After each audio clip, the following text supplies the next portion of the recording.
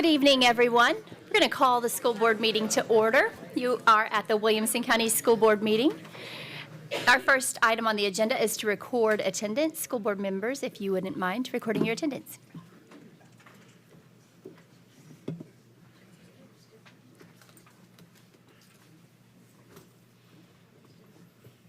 Big names today. That is interesting. There are 11 members present. Thank you. Next item on the agenda is for our Pledge of Allegiance and moment of silence, and that's going to be led tonight by Board Member K.C. Ha.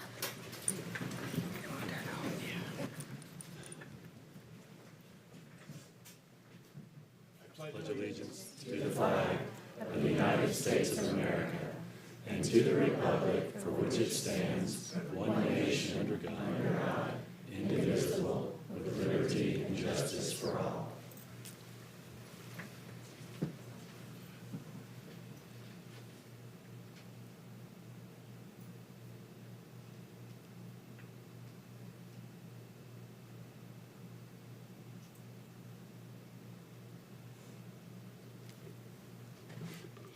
Thank you. You may be seated.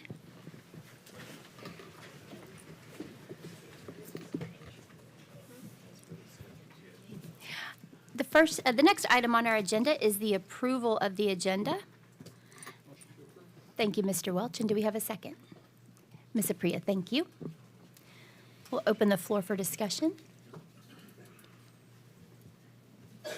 Okay. No discussion. Board members, we can cast our votes.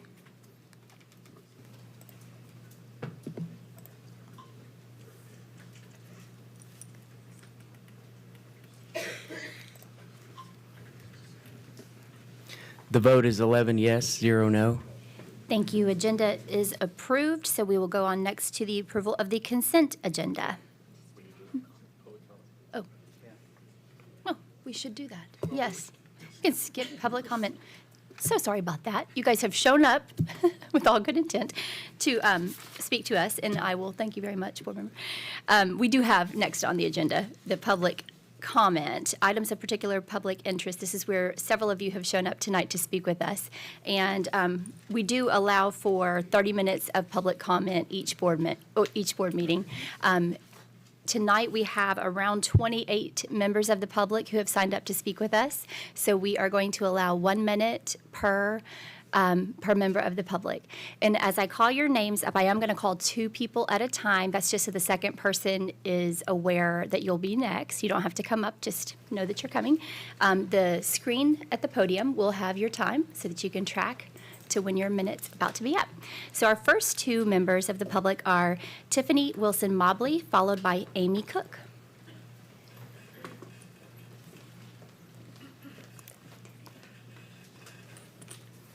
Hello to you, and thank you so much for your time and all that you pour into our children. At our last school board meeting, several students spoke to you about their concerns regarding the inequitable pay structure for our stipends. Some teachers, very few teachers, but still those teachers receiving a fixed rate, whereas other teachers received a percentage-based pay that increases each year.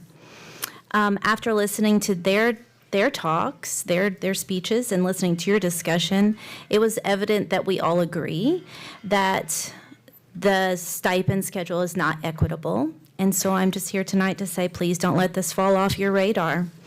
We're all encouraging and praying that our county commission members followed their responsibility to serve our children and fund this remaining shortfall. And I know that you're working through some problem-solving modes right now.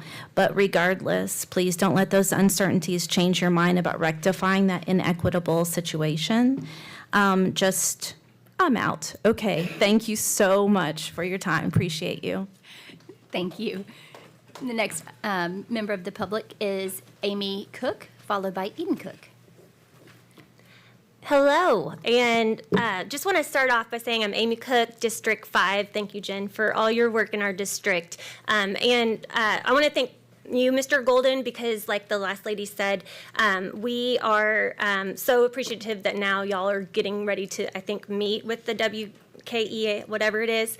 And so I'm thankful that you're taking that next step. You heard what the students said before. And since I only have a minute, I have so much to say, but let me just tell you, our theater teacher, let me just tell you what she made last year, or this year. $3.78. That's only direct student hours. So I spoke to her yesterday, and that's per hour, $3.78. Our tech teacher that's here today worked over 800 hours and got $2.50, I think. So that's what they're getting supplemented for. I'm not saying, I love sports. I hope my son makes the football team. So, I'm not saying we need to change anything about sports, but it needs to be equitable. We need to make sure that they get paid not only on their how much effort, maybe a season per show, but we also need to make sure that they're paid on their tenure. Like, one of our theater teacher and our choir teacher are both the team leads, and they get paid the same amount as a new theater lead. So just know, please don't let this fall through, because we really, really want to support them. Thank you. Thank you. Next, we have Eden Cook, followed by Noah Cook.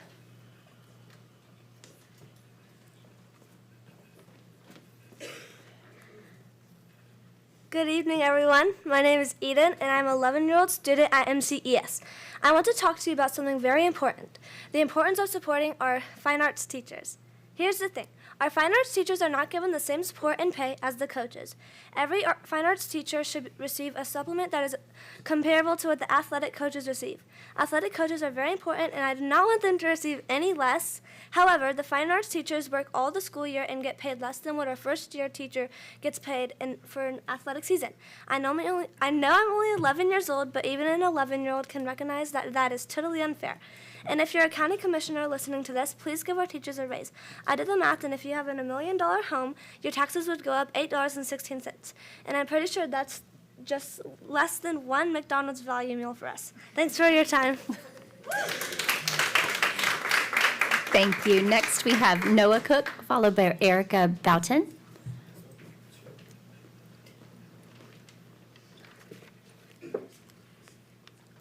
Good evening, everyone. My name is Noah, and I'm 12 years old, and I'm a student at MCMS. I'm in band, choir, and theater. And I want to talk to you about something important, the importance of supporting our fine arts teachers. Here's my thoughts. First, every show that should be considered a season, and they should be paid accordingly based on their years of service. Additionally, the site should be supported our choreographers, tech crew, and costume designers. They play a crucial role in success of our fine arts program, and they are contributing should be recognized. I have an urge that you to counter paying every choir teacher and theater director for every show they are involved in, even if it is beyond their requirement, and this would prove them with the recognition and pay that they deserve for all their hard work. Thank you. Next, we have Erica Boughton, followed by Mary Smith. Hi, my name's Erica. I'm a Williamson County mom of 3 school-age kids, and I am here to express my support for the changes to Title IX that include gender expression. It's hard to put into words how hurtful it is to hear within the Williamson County community pushback to these changes. People complaining about gender nonconforming kids, trying to make them out to be monsters. But I know many of them, and they are beautiful, smart, caring kids, deserving of protections from the relentless abuse they receive. They are not the enemy. They don't want to assault kids in bathrooms. They didn't change their identity to get ahead in sports. The harassment that they receive at school is devastating to these kids. Ask them how they feel when parents lash out when they just want to use the restroom. Respecting someone else's identity is not coercion. If I don't like the name Phil and I decide to call you Bob because it suits me, that's bullying. So I've drafted a resolution, and I will send it to you in your inboxes so that Williamson County can best comply with Title IX. We need gender-neutral bathrooms and locker rooms, and we need policies, training, and resources. Let's protect the kids who actually need protecting. Thanks. Thank you. Next, we have Mary Smith, followed by Brady Clark. Hey, everybody. It's kind of different to be on this side of the podium. So just want to say thank you, first off, for everything you guys do.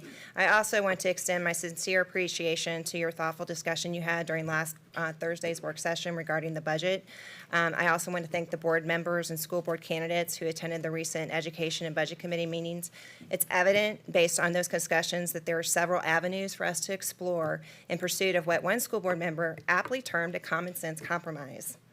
As a WCS parent of 14 years and a friend to numerous Williamson County and Rutherford County teachers, I deeply empathize with the challenges you all face in recruiting and retaining highly qualified educators. During the recent Education and Budget Committee meetings, there were references made to Rutherford County with comparisons drawn between their expenses and ours.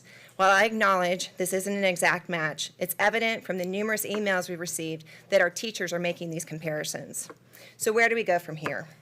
Given the current state of the economy and the financial concerns many of us are grappling with, raising taxes appears to be the least attractive option. The County Commission did recently pass a resolution urging the state to provide more funding when passing additional educational staffing requirements to local school districts.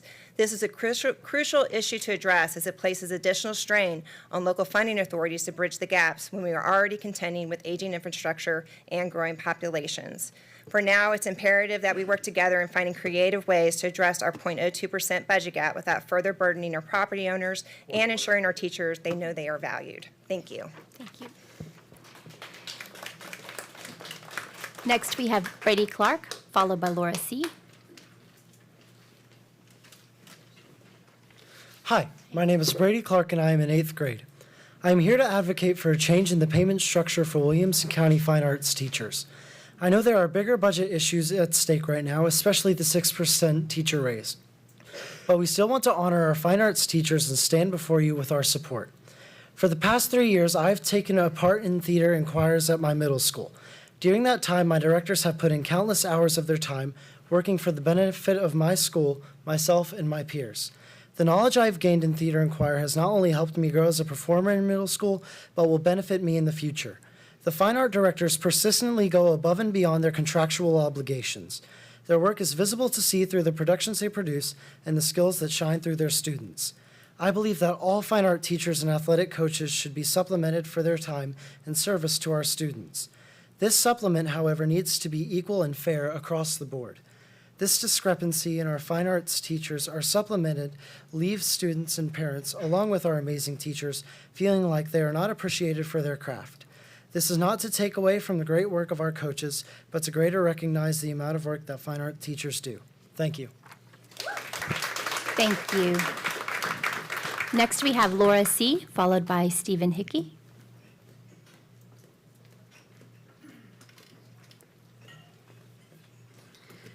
Thank you. I am also here to speak in support of continued Williamson County School Board compliance with Title IX, and particularly with the rule changes that are going into effect on August 1st.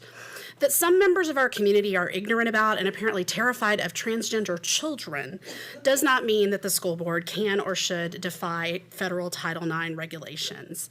Please know that the vast majority of decent people in this county support you in continuing to comply with these regulations. Some of our neighbors here tonight want to scare us.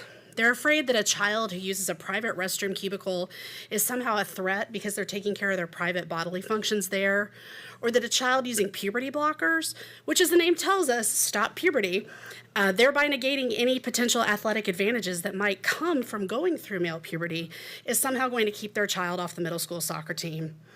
These are not real problems. The changes that go into effect on August 1st do not even address athletic issues. Quite frankly, I'm far more concerned that some of these adults seem to be concerned with the body parts of other people's children. Please just ignore these voices and continue to comply with relevant federal law. Thank you for your time.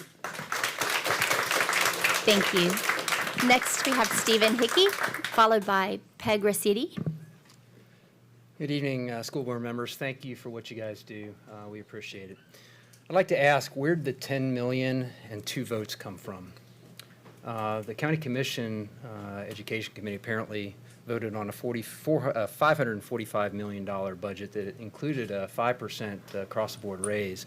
But that apparently wasn't good enough for the school board. What got transmitted to the school board was a $555 million budget, and all 5 members of the county commission voted for that. It was actually a 3-3 vote, and they only authorized 545 after a discussion.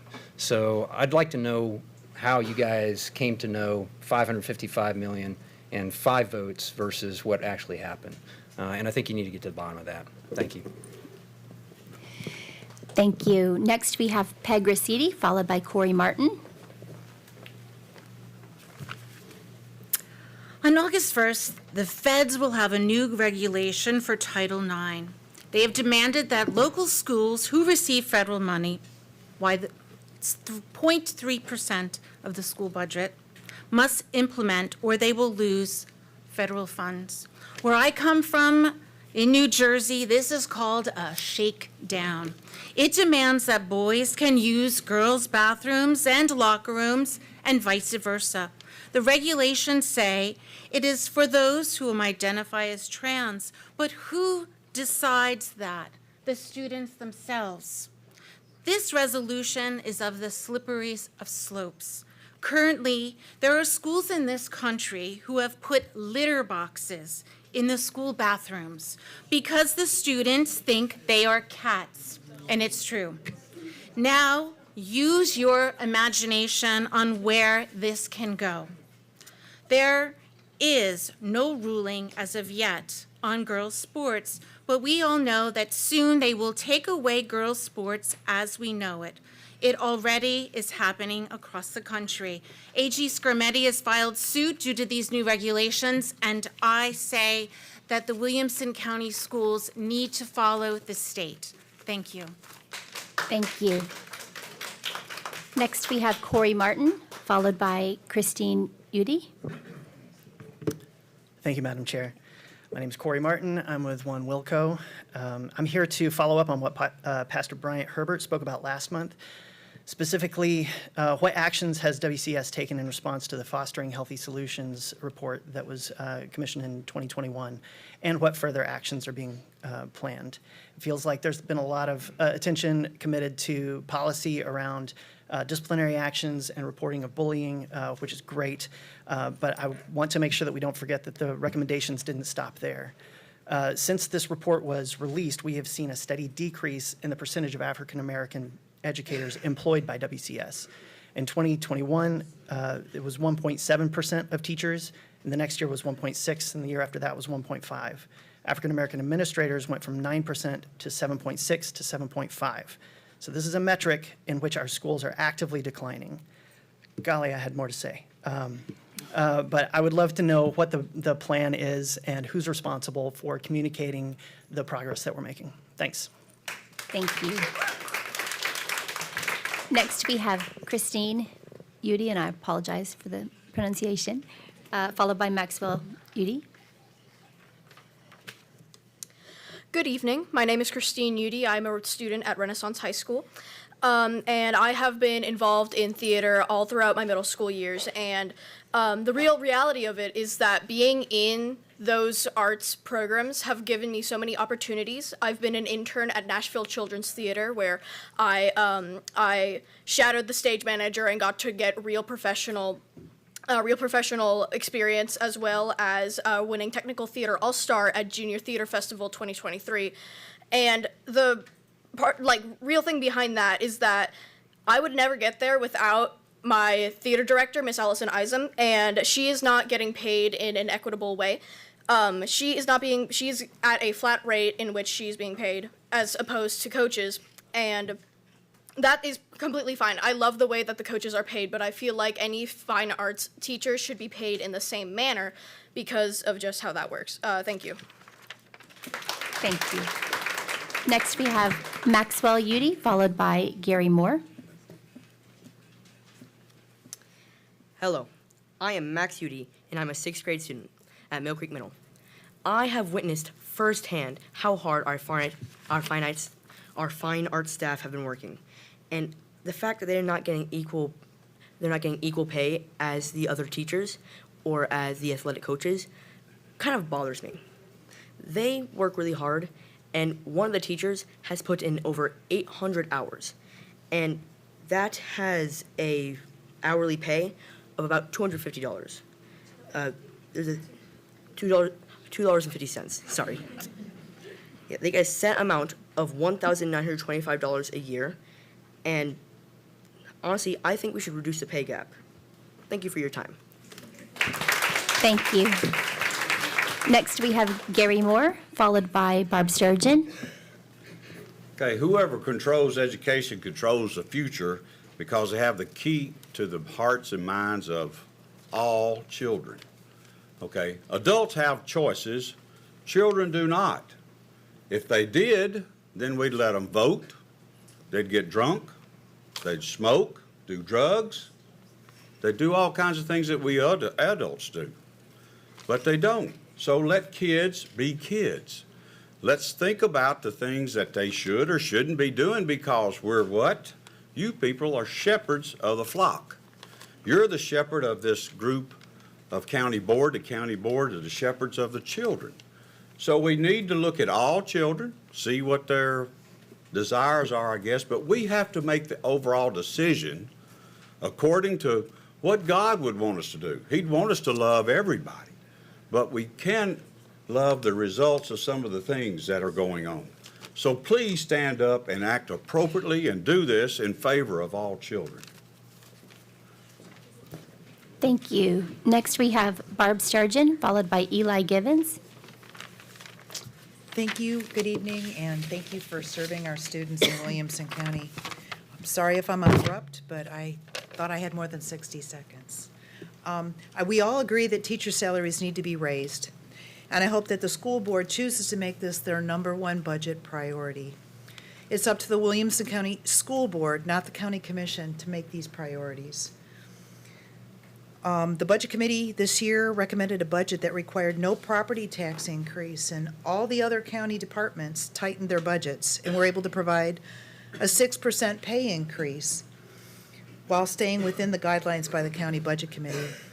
This year, the Budget Committee voted to give a 5% increase to the schools, or a budget of $545 million, not the $555 million that's before you tonight.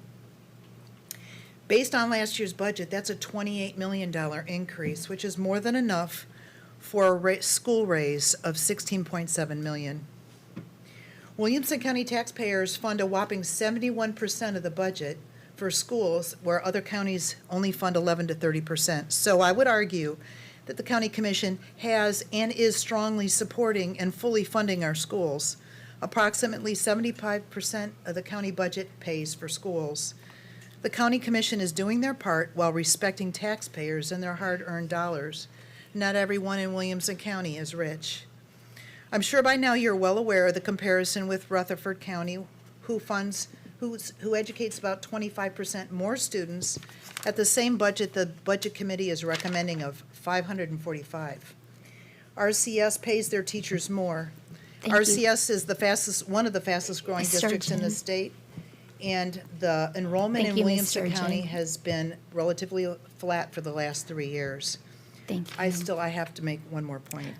Have you guys done an audit of the budget? We An have to independent call- audit to look for cost We have to savings? call time. Yeah, I know, we have to call time. All right, well, I would hope that you would show taxpayers that you're doing your due diligence and looking for tax thank you. savings, cost savings. Next, we have Eli Givens, followed by Robert McNamara. Good evening. As a proud transgender student and graduate of Williamson County Schools, I can tell you firsthand how difficult it was to simply be a high school student here. When you think back to your high school experience, do you recall having to fight hateful legislation and school policies while continually having to find the courage to set foot on campus each day? The first memories that come to mind for most are likely your first prom or a winning football game. But for transgender students, this experience is drastically different. These Title IX expansions are intended to protect the rights of all students and foster an environment that allows for each and every kid to thrive. The very definition of the word educate is to draw out potential, yet there are many students in Williamson County who are simply fighting to survive through the supposed best years of their life. As you debate these issues, remember that you are discussing the lives of students who are simply looking for safety, support, and acceptance from these adults. Let's be honest, if we were truly interested in protecting children, and I mean all children, especially our most vulnerable, we would be extending protections like those in Title IX. Children are fully human and should have rights that no one can alienate, especially those who love them most. Thank you for your time. Thank you. Next, we have Robert McNamara, followed by Eve Boger. Good evening, I'm Robert McNamara. I would like to state that I am in full support of the new Title IX regulations that are set to go in effect on August 1st. I think it should remain the goal of this school board to protect all students and to promote growth and harmony in all schools. Bullying and harassment of any sort should be condemned and appropriate consequences implemented. Please understand the courage that it takes for these individuals that live authentically as transgender or gender nonconforming person. By ignoring these regulations that would protect said individuals, as some are calling for this school board, would essentially be promoting discrimination, and that is unacceptable. Thank you. Next, we have Eve Boger, followed by Carolyn Brown. Hi, I'm Eve Boger, she, her pronouns, and I'm here tonight to speak in continued support of you, our school board members, and all that you do for our schools. Thank you for serving our students so well. Title IX regulations help ensure that our schools remain safe and welcoming for all students and employees, in part by clarifying protections for sexual assault survivors, pregnant and parenting students, and our queer and trans students. Our expectation is that the school board will follow this federal law as required, as we are a fully federally funded institution. There's no need for debate. We fully trust that you will work with legal counsel to review and implement the new rule as required to ensure continued compliance with Title IX. I also want to stress the importance of using a person's preferred pronouns in the classroom. Studies consistently show that using preferred pronouns convey and affirm gender identity, creating safe spaces for students. Misgendering results in marginalization and an increased risk of bullying. And as an aside, our organization, Wilco Iris, which serves queer youth, is always happy to be a resource for y'all anytime that's needed. Thank you so much. Thank you. Next, we have Carolyn Brown, followed by Bronwyn Wyndham.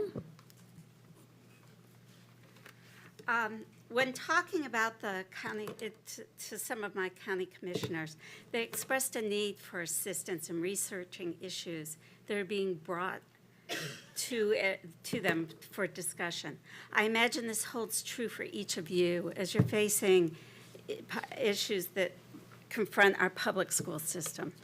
By now, most of you are aware that more than half the states have filed lawsuits contesting the overreach of President Biden's administration when it comes to changes in both Title IX and Title VII. I know that there have been individuals talking about how important it is for the children to feel safe, but we're only hearing from one segment of children. According to this, there's a whole group of kids that are going to feel intimidated if they use the wrong pronouns. The other thing we've got to look at is the big picture. The way these changes have occurred has not been constitutional. They have not gone through the legislative process. Instead, President Biden's administration has made an interpretation of Title IX. And this Title IX interpretation is not agreed upon among the legislators. As a result, you guys are stuck in the middle. Okay. Thank you.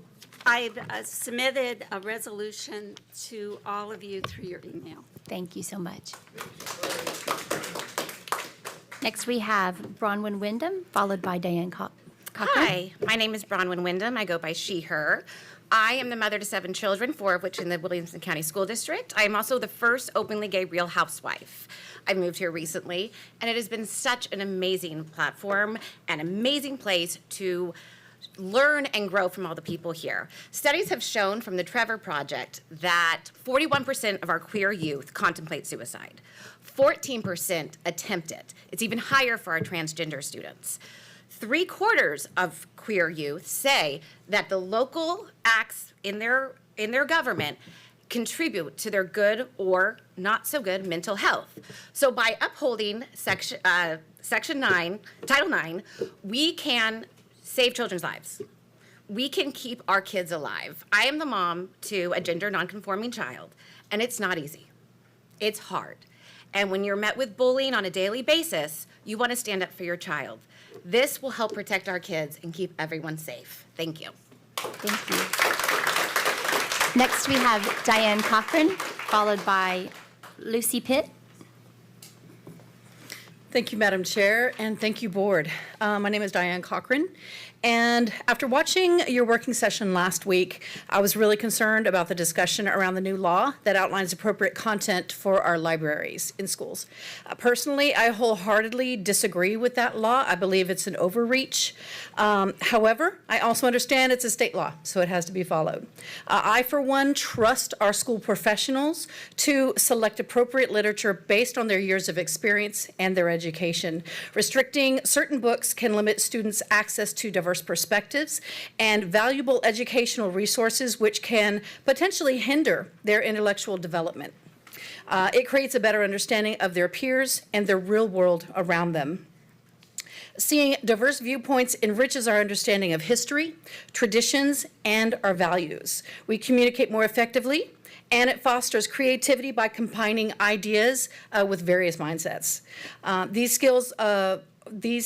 skills for our students are needed when entering the workforce for our diverse local community and for life in general. With the small amount of discretion that's afforded to this board, my hope is you will decide to keep as many books available as possible. Thank you very much. Thank you. Next, we have Lucy Pitt, and our final speaker will be Darlene Jordan. Good evening. I'm a graduate from Franklin High School's class of 2022 in Williamson County Schools. As someone who participated in sports and extracurriculars the entirety of my K-12 experience, I agree that the activities are crucial to social development. Depriving any student from this experience is reprehensible, as these were most of the places I often felt most accepted as an LGBTQ+ student.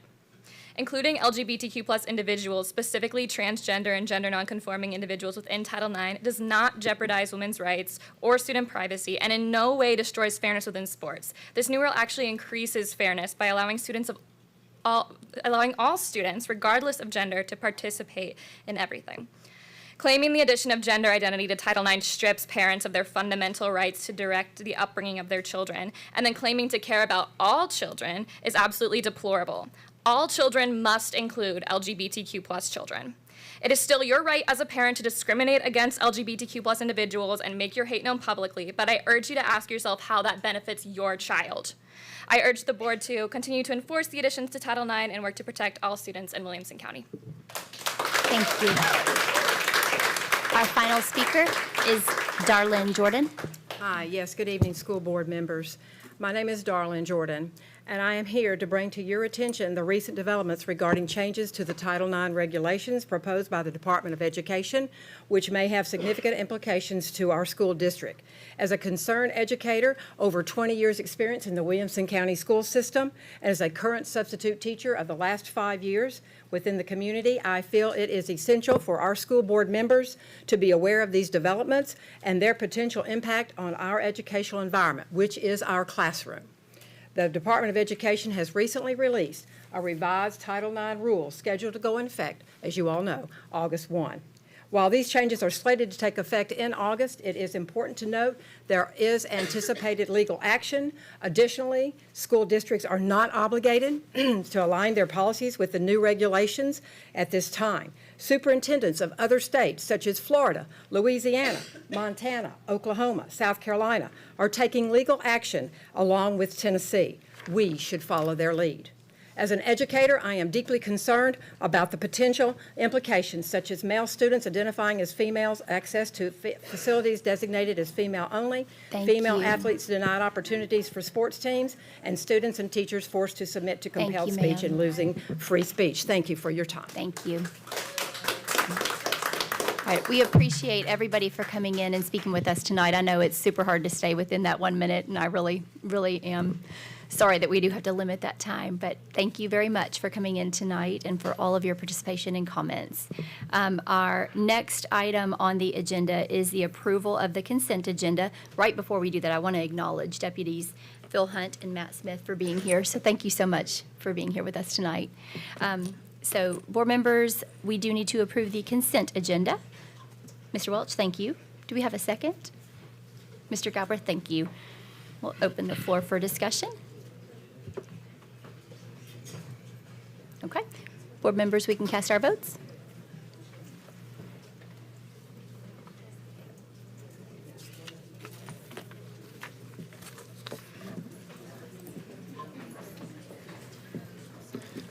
The vote is 11 yes, 0 no.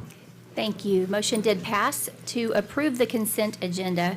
And with that approval, we approve the April 15th school board meeting minutes, school board policies for second reading, the online learning program, and the attendance policy, Kingdom Chasers Church at Creekside Elementary School, the request for Middle Tennessee Electric easement at the maintenance building, the request for the Middle Tennessee Electric easement at the transportation building, and the recommendation for field trip fee requests.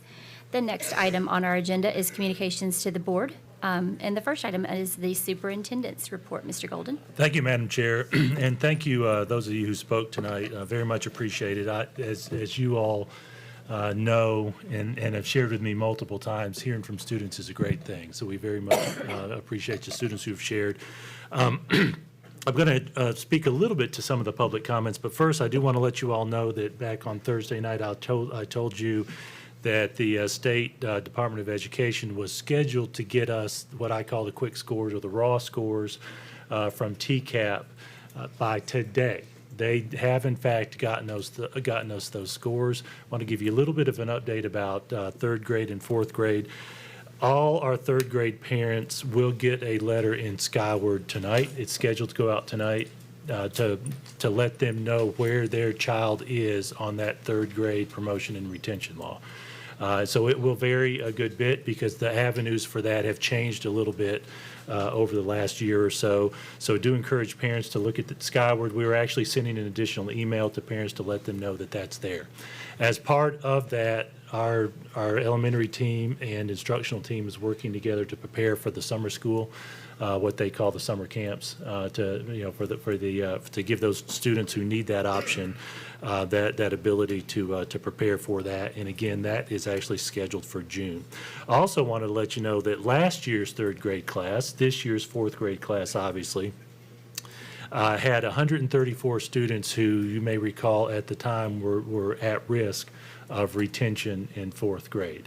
As we sit today, based on our first review of those quick scores, we have 38 of those students who now will be waiting for the gross scores, which are scheduled to come in early July. In other words, of that 134, we're down to 38 students who might be subject to that. As part of that, the legislature did alter that requirement for fourth graders as well in the most recent legislative session. And Ms. Osbrooks, if I'm not mistaken, I'm trying to remember if the governor's actually signed this yet or if it's gone into effect, that there is now an avenue based on the legislative action in the most recent legislative session where principals and parents of those students in fourth grade can have a discussion and make a team decision about what's best for fourth grade promotion. So I do want to especially thank our legislature for listening to so many folks across the state about those concerns that were initiated a few years ago with what we call the third grade retention law, and give you that bit of an update on where we are. For us, that has been a really important issue over the last few years, and I'm very pleased with where we are and very pleased with what the legislature has done related to that. Students who mentioned the fine arts pay, thank you for that. We heard from some students last month about that as well. As I mentioned last month, we made a commitment with the Williamson County Education Association, our teacher leaders, to have that discussion about pay in the coming months to prepare for the next budget season. It takes a lot of work to look at comparables, to do an analysis of time. I have a suspicion that there's been some adjustments over the last 15 years or so with how much time is put into our extracurricular activities. So I look forward to that process with our teacher team. And just as a reminder, we do have a responsibility to talk to those teacher leaders about pay issues. That's part of our obligation under the PECA process, the Professional Educators Collaborative Conferencing Act that we do per state law. But it's also the right thing to do. Even if we didn't have that obligation, talking to our teachers about their pay is important. I want to thank those folks who mentioned in Title IX. We're at the study stages of those regulations, and we are aware that the state of Tennessee has joined a number of states to file a petition to the federal courts related to that. So we'll be monitoring that over the course of the summer to determine from a procedural perspective where we are with those regulations that were put down. We did also get notice through a publication from the U.S. Department of Education that athletics regulations were still to be shared. So they're not finished yet at the federal level on that. But I do want to make sure all our students and families know that we're committed to creating a safe environment for all. And we have bullying procedures in place, and we act on those. So no matter what the issue is, if a student is behaving inappropriately, we want to know about it so that we can investigate it and take action. We've talked about this repeatedly over the course of years, and you all, I got to share this because this is something that strikes me every time I think about those issues related to our students. When I became superintendent, I had conversations with student leaders, and some seniors at a couple of our high schools 5-6 years ago told me, we've just stopped reporting behaviors because we felt like nothing's going to be done. And so we've made it a point to take action no matter what the issue is related to investigating and protecting those students. That's just one little piece of what we do. So I wanted to make sure you all are aware of that. We are going to comply, no matter what the law is on either side, we're going to comply. We actually had that discussion in a different context at our work session related to an item that's on the agenda tonight with respect to library books. Finally, I do want to talk briefly about budget because we did have some conversations from some of our public commenters related to budget. I want to make sure that I give this synopsis. That we started the request for a 6% pay raise for our staff in collaboration with county government administration. We knew on the front end of this process that we did not have sufficient funding. We did not project sufficient increases in funding for us to be able to cover a 6% pay raise. So in collaboration again with county government, we made that request. But knowing that we didn't have enough, we've taken a number of actions related to doing what we could to prepare for that possibility. We froze our purchase orders. We made sure that any purchase order payment from our staff was reviewed by either me or one of our assistant superintendents. We did that to make sure that we increased the fund balance as much as possible so that we could close that gap that we projected. We cut budget requests this year to what we knew had to happen to get the work done. We looked at every staffing line based on our staffing standards to make sure, especially with our growth stabilizing, that no school or department was overstaffed. We actually cut 28 positions specifically over the course of our 52 schools related to that, and ultimately ended up with a net 10.4 position increase. Half of those are actually computer science teachers, a 0.5 at all our high schools for a new state requirement. We also looked at every operations line to see what we could do to cut. We cut about $1 million out of our operations budget compared to our current year's budget, again, to try to narrow that gap, knowing that was coming.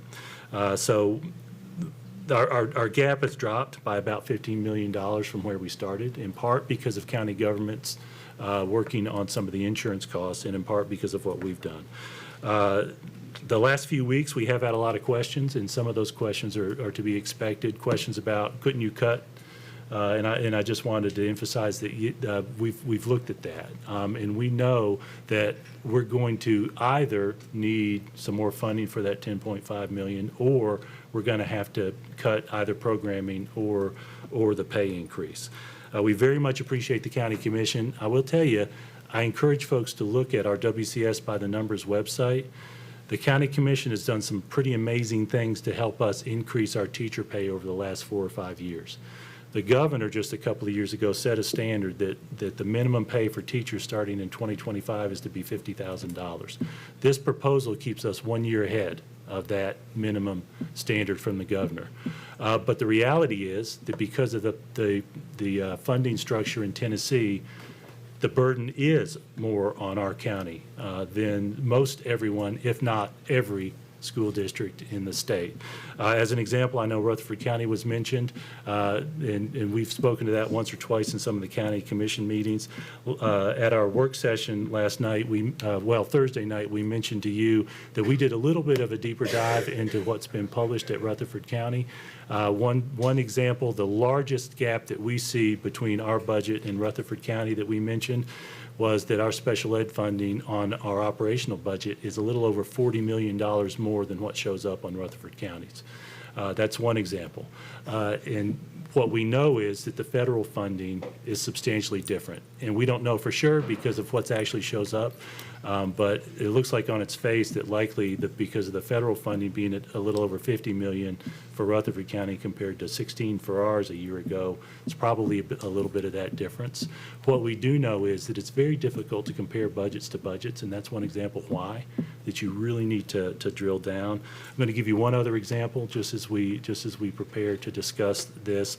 Our insurance cost in claims is it looks to be about a little more than $20 million more compared to that county, in part because of the insurance structure we have with county government, and in part because we actually offer that individual coverage to our employees at no charge. So we're pretty proud of that benefit that we give our families, especially that individual coverage. So with all that, just as a point of emphasis, we do a great job, you all. Our teachers do a great job. The county has done a good job supporting us. We know that the pressures continue with funding. And another comment in public comment mentioned the question of the Education Committee versus the Budget Committee. I'm going to give you one last reminder related to that. The Education Committee took our original budget and voted 3-3 to send it, which meant that to send it on with a recommendation, which means the recommendation failed.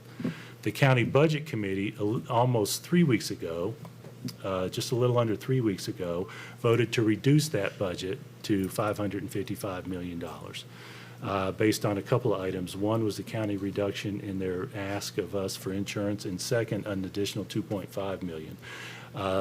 2 weeks after that, the Budget Committee did not vote to include a property tax increase in their proposal.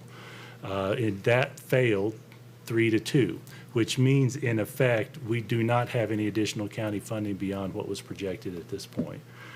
So what we have for you on the agenda tonight is a $255 million request. And then we have till June 20th, the ultimate county government decision on what they will fund to talk and work through our budget. I am going to encourage you to continue that work, to continue that discussion.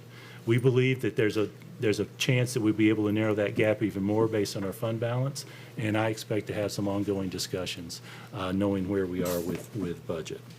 With that, Madam Chair, that's my report. We may have some more questions later on related to budget. We'll see.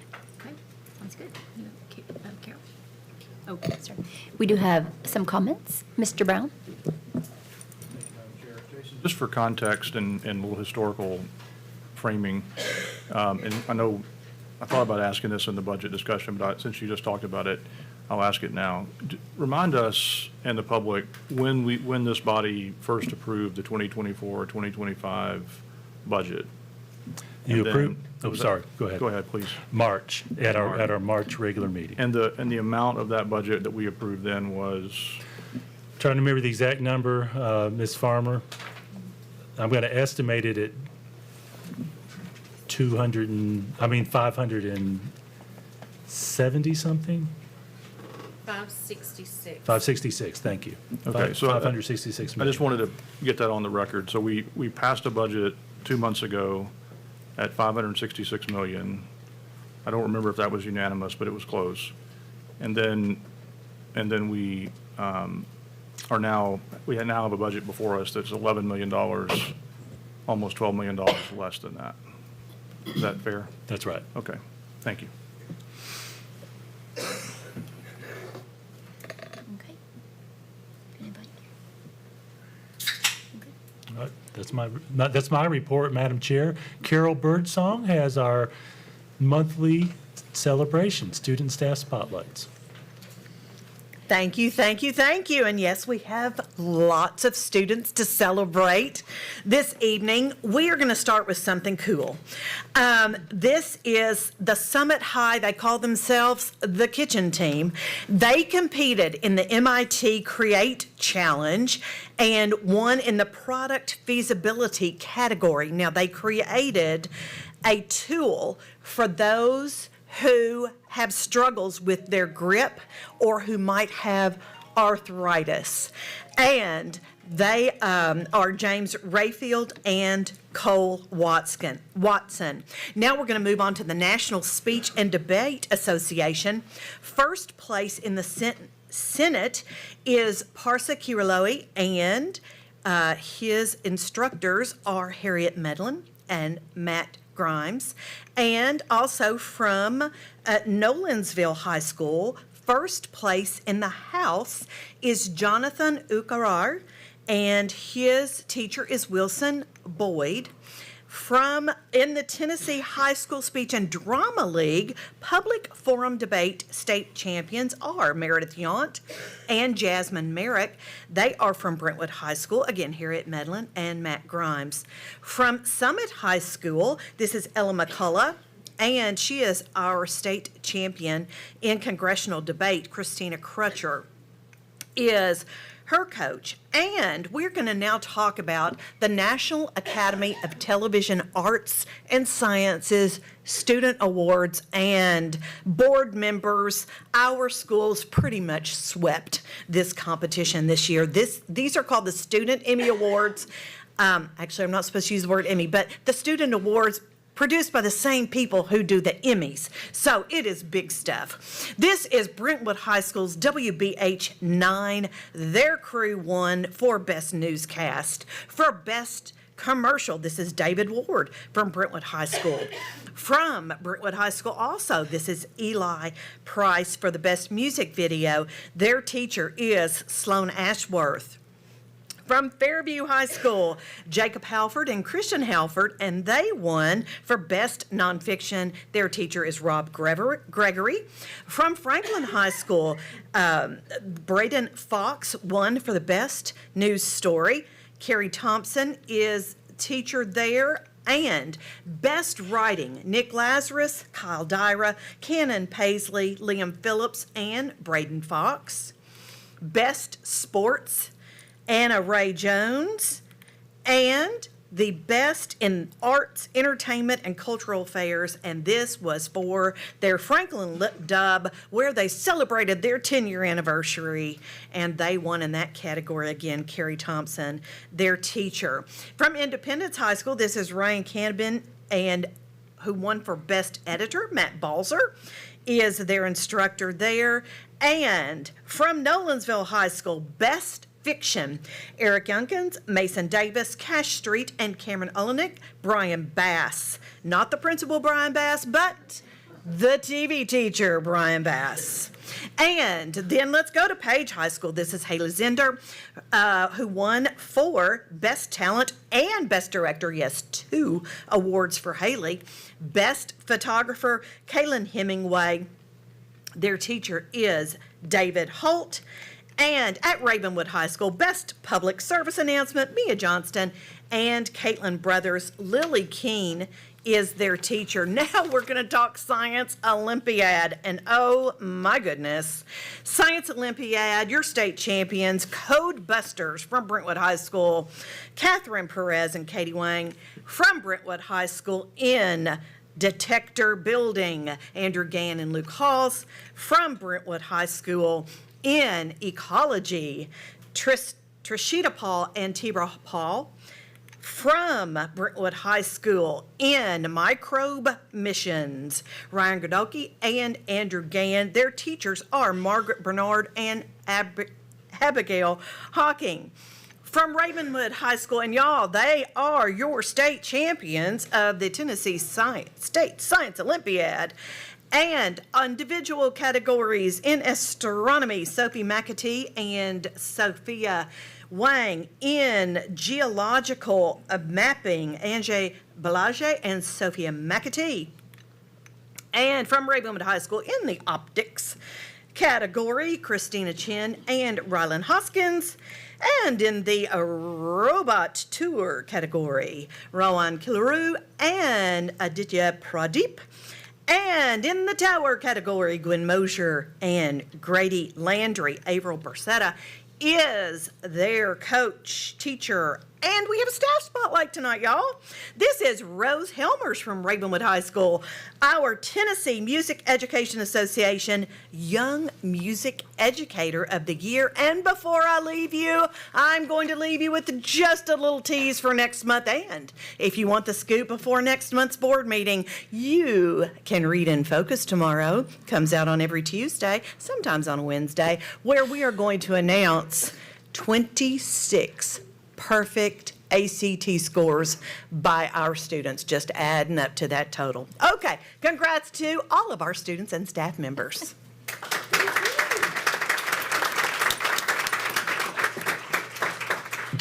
Thank you, Carol. Our next item on the agenda is the board chair report, and I just want to remind everyone again, I know we went through this at the work session, but there are some very important celebrations again this week. The graduations. It's what we work all year for. Thursday night, 7 o'clock, we have Centennial, Franklin, Independence, and the Vanguard online graduations. So if you know anybody at those schools, head on out, celebrate with them. Friday night, 7 o'clock, we have Fairview, Nolensville, Page, and Summit graduations. Saturday, we have Brentwood at 1 o'clock, and we have Ravenwood at 10 o'clock. And then Friday at 5, we have Renaissance. So celebrate big time with all these students who've worked so hard for 4 years, well, for 12 years, right? 13. Including kindergarten. Yeah. So thank you to everybody who's poured into these kids for their entire careers. And can't emphasize enough, celebrate them. All right, next item on the agenda is new business. First item under new business is the revised 2024-25 school board budget. Mr. Golden. Thank you, Madam Chair. You see here the recommendation that we talked about at the work session. We do recommend that you approve the reduction of the budget from March to $60,228 from the approved balance. And you can see some detail in that, and we can certainly speak to it in a little bit more detail with any questions you may have. Okay, thank you. Do we have a motion? Mr. Ha, and a second, Mr. Welch. Thank you. We'll open the floor for discussion. Mr. Welch. Thank you. I just want to reiterate what said at the work session, which is to thank you and your staff for all the diligence they've done putting this budget together. This is a very lean budget. There's, contrary to what some individuals out there are saying, there's no fat on this budget. This is a budget of meat and bone. And I appreciate you doing this. I also appreciate the leadership of our county mayor in helping us do this.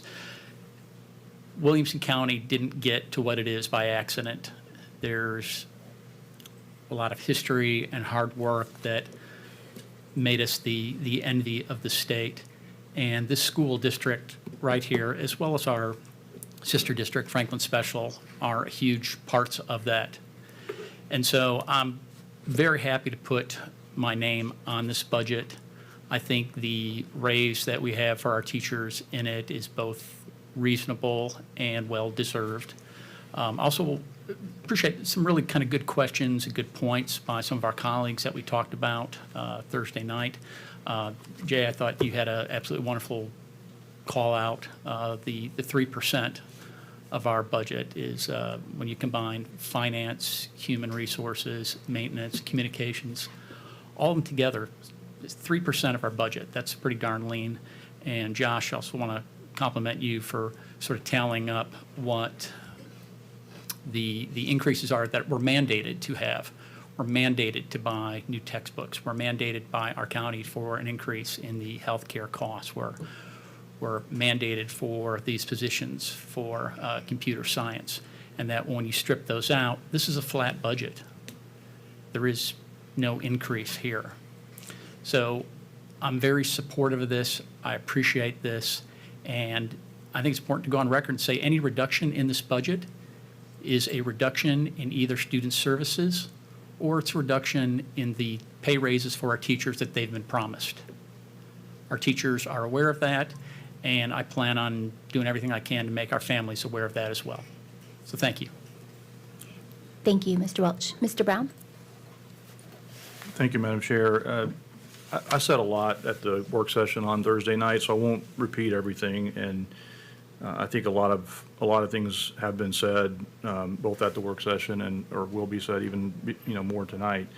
I too want to acknowledge the county mayor and the county commission. If you think back historically, this county has prioritized public education, and I think they're to be commended for that. I mean, Eric just said it. It doesn't get to where it is if there haven't been decades of people in county government who've prioritized public education. And the 71%, we talked about that Thursday night as well, 71% of the burden of funding public education is on the county.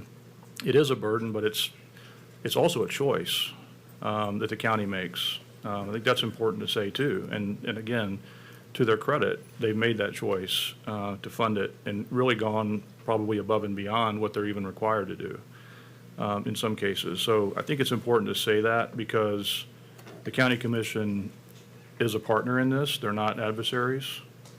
And we should acknowledge that and treat it that way.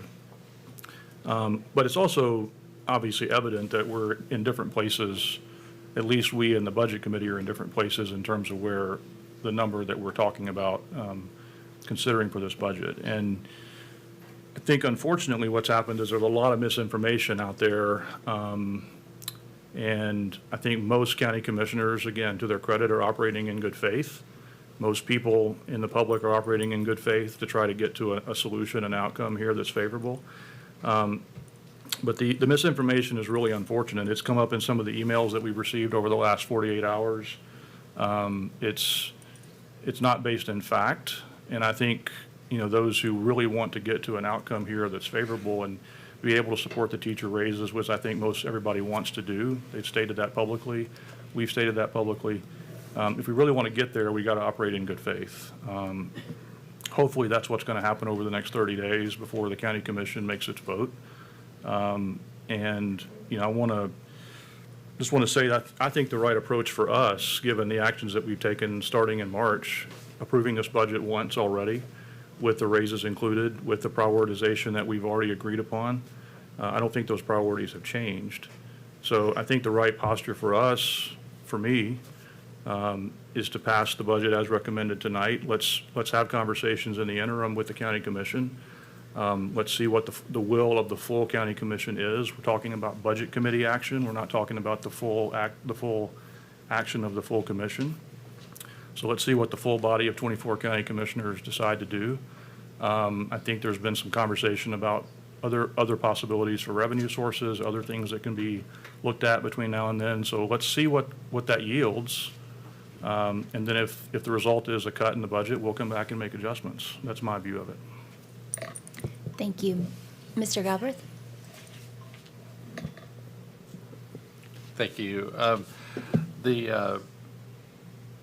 think one of the commissioners said that we fund, I guess that we already fund as a county more than most other counties, and that's true, which is a function of how the state has set up our funding formula.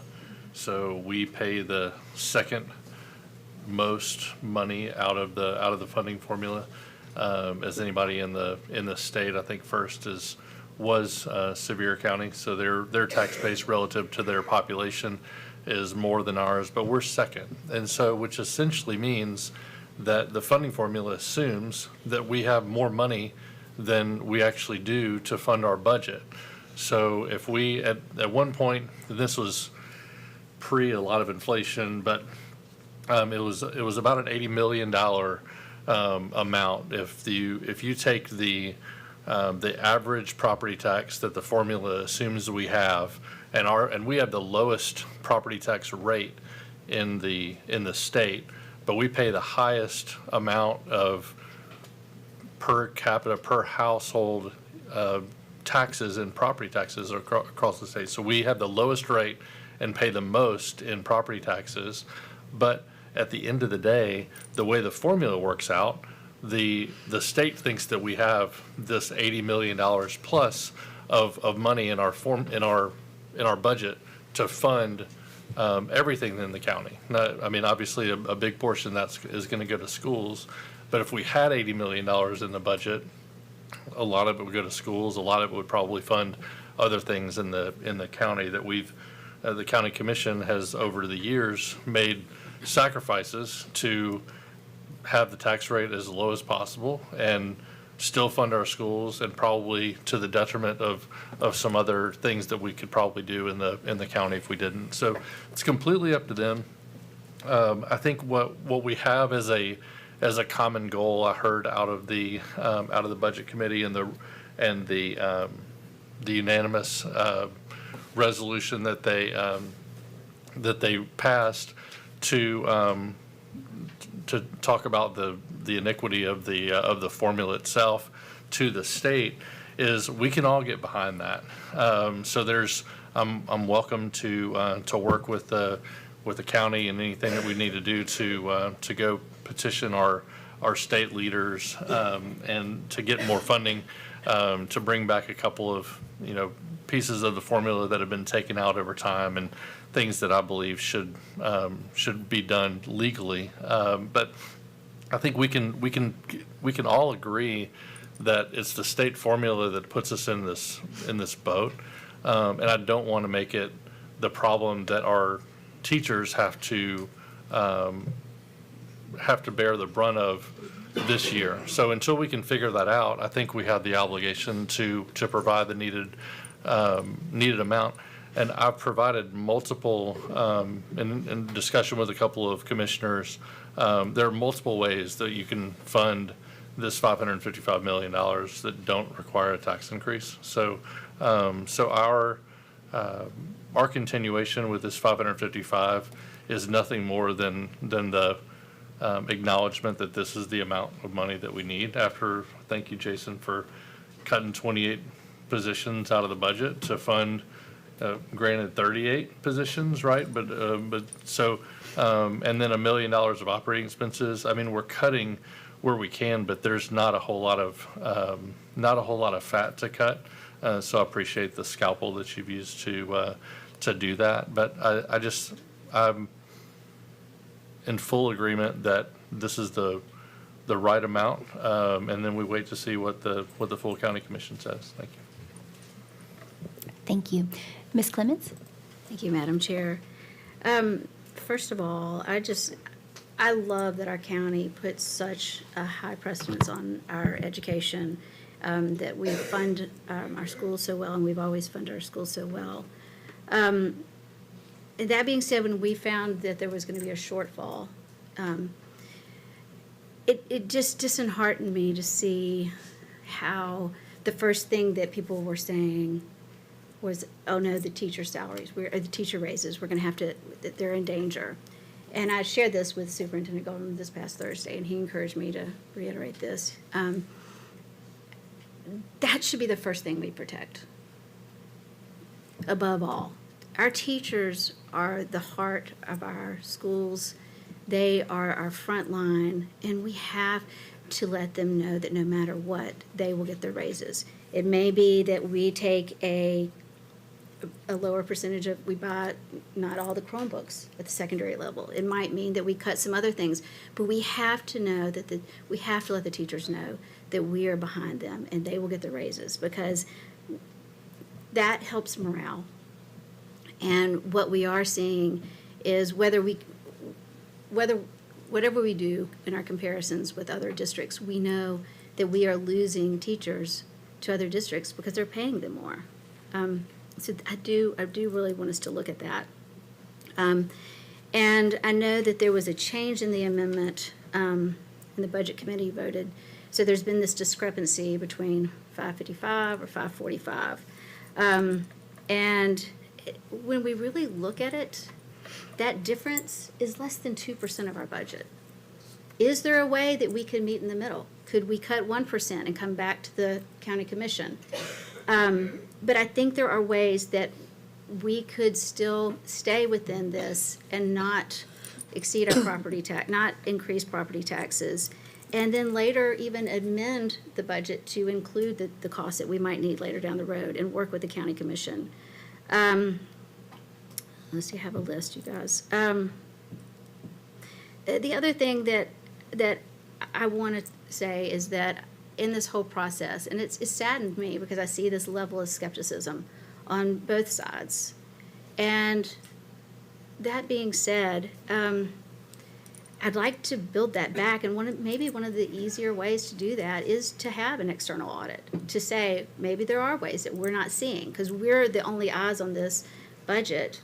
Is there other ways? So could we have an external audit? That would be a fair way to look at this, and I think that would appease both sides. And just looking at ways that we could possibly cut the budget. I know we always talk about 6% teacher raises, but that's across the board. And we do have some exceptional staff, admin, and they're paid a lot more. Maybe we need to look at, salaries that are 100 to 120,000. They get a 4% raise. 120 to 150, they get a 3% raise. People up after that get a 2% raise. I mean, we could schedule that. We also could buy less Chromebooks. And just finally, I do want to work, I do like to spend summertime talking with my state delegation and our representatives and senators. And I'm going to go to bat and say, you have all these, mandates on us, help us out. Because I think, again, I mentioned the voucher money that's just sitting there, we could use that. So, thank you. Thank you. Looks like we have no more comments. So, Mr. Golden, do you have a final recommendation? I do, but again, I want to make sure that I thank the county commission, and as much as I can, make it clear, the net effect of the commission vote at the most recent budget committee meeting was that $545 million and change. I just want to make sure that it's clear. And I'm encouraged by the comments you all have made, that I think the wise thing to do is for us to work through the next month or so. Just as a reminder, we do have a June 17th meeting scheduled.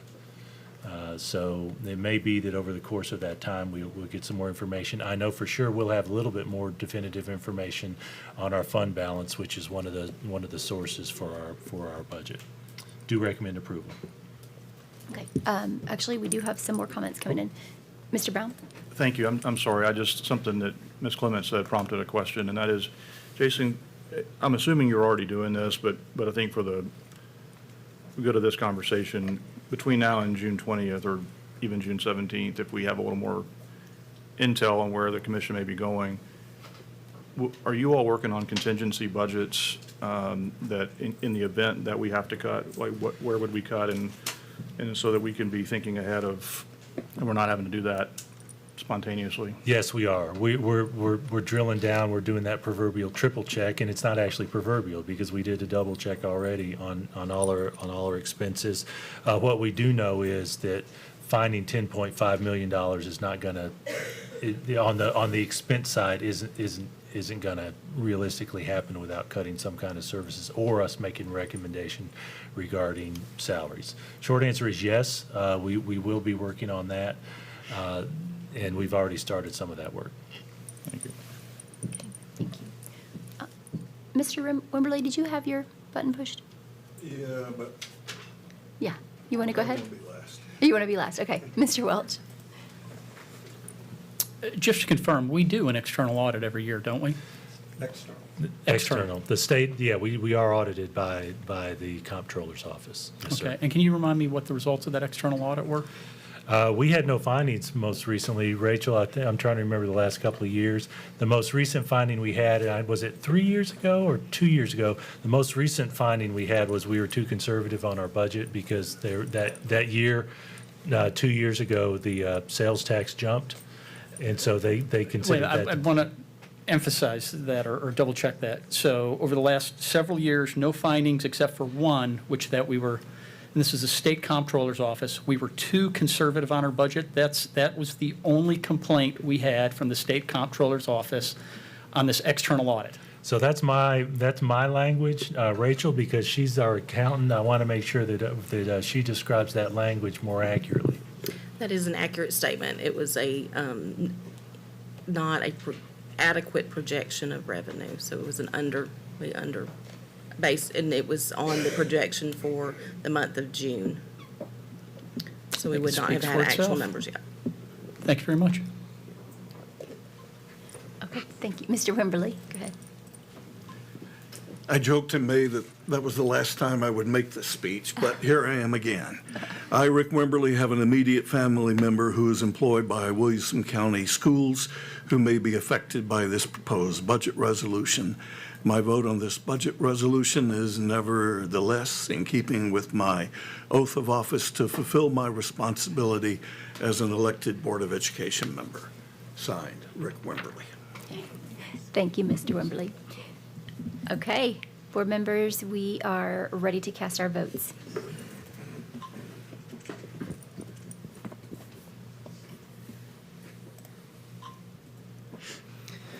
The vote is 10 yes, 1 abstain. Thank you. Board members, you did approve the general purpose school fund in the amount of $555,060,228. Next item on the agenda is the approval of the central cafeteria fund in the amount of $19,668,669. Mr. Golden. Thank you, Madam Chair. This proposed fund includes a reduction in the projected cost for insurance and claims based on that discussion we had with county government. Okay, thank you. Do we have a motion? Mr. Welch, thank you. And a second? Mr. Brown, thank you. Any discussion on this item? Okay. And Mr. Golden, we have your recommendation? Do you recommend approval? Thank you. Board members, let's cast our votes.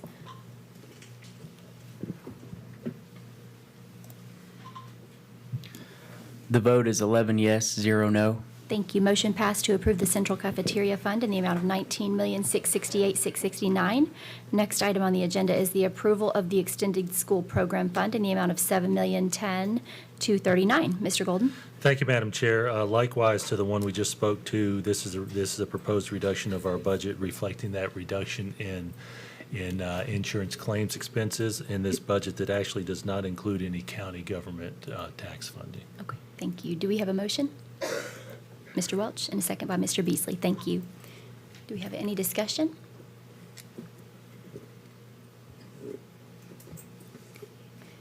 Okay, no discussion. Mr. Golden, we have your recommendation? Recommend approval. Thank you. Board members, let's cast our votes.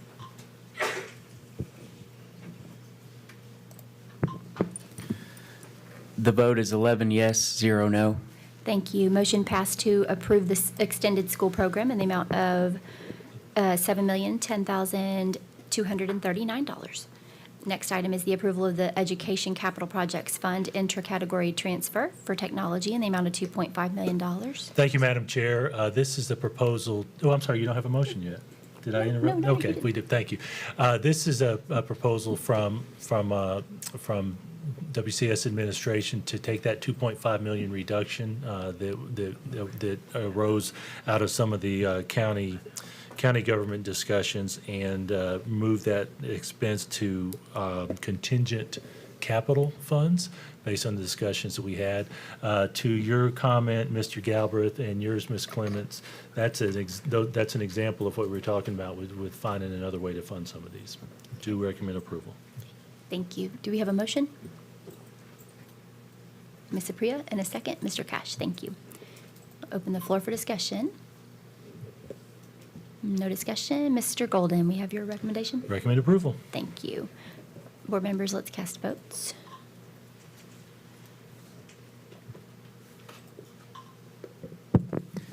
The vote is 11 yes, 0 no. Thank you. Motion passed to approve the Education Capital Projects Fund intercategory transfer for technology in the amount of $2.5 million, bringing us to the 2023-2024 school board budget. First item, approval of the general purpose school fund amendment for summer learning camps grant in the amount of $4.4 million, $725,000. Thank you, Madam Chair. This is a restricted fund from the state of Tennessee for the summer learning camps, what I referred to earlier as the summer school. It's a revenue item to cover that state requirement. Do recommend approval. Okay, thank you. Do we have a motion? Thank you, Ms. Cleveland. In a second, Ms. Clements, thank you. Any discussion? Mr. Cash? Thank you, Madam Chair. I was just wondering, does this cover all summer school? Yes, sir. It will cover all the elementary and middle summer school. If some of our high school students might take an additional course here and there. This does not cover that. Okay, so it's not really covering high school. Correct. It covers the state required middle and elementary school summer school programs. Okay, thank you. Okay. Ms. Clements? Thank you, Madam Chair. I know that we talked about this when we met with our state delegation in January, but we learned last summer that there were some schools that did not have an SRO present, and then we asked them, have we heard, will this cover so that every school has an SRO? And maybe this is not something we answer publicly. Well, we're having those discussions. Okay. We don't have every one of our schools offering the summer school program. We've Right. consolidated them in the schools, and I know we're having some discussions with the sheriff's office about staffing. As we sit here, Mr. King, I don't think, I know I don't have a definitive answer. Mr. King, do you? No, sir. I know that Mr. Fletcher is working with the sheriff's department, and the plan is to have somebody there. The summer's a little bit difficult because of schedules, but the plan is to have somebody there. Great. Great. Okay. No additional comments. Mr. Golden, we have your recommendation. Do recommend approval. Great, thank you. Board members, let's cast our votes.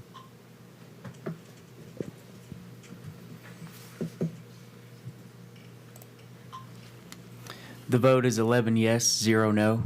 Thank you. Motion passed to approve the general purpose school fund amendment, summer learning camps grant in the amount of $4.4 million, $725. Next item is the approval of the general purpose school fund amendment for summer learning transportation grant in the amount of $798,171. Thank you, Madam Chair. The state has separated the restricted fund grant for the summer learning camp program and the transportation to achieve that summer learning camp program. This is the latter to pay for the transportation costs related to the summer school. Okay, thank you. Do we have a motion? Mr. Wimberly, thank you, and Mr. Welch seconds. Any discussion?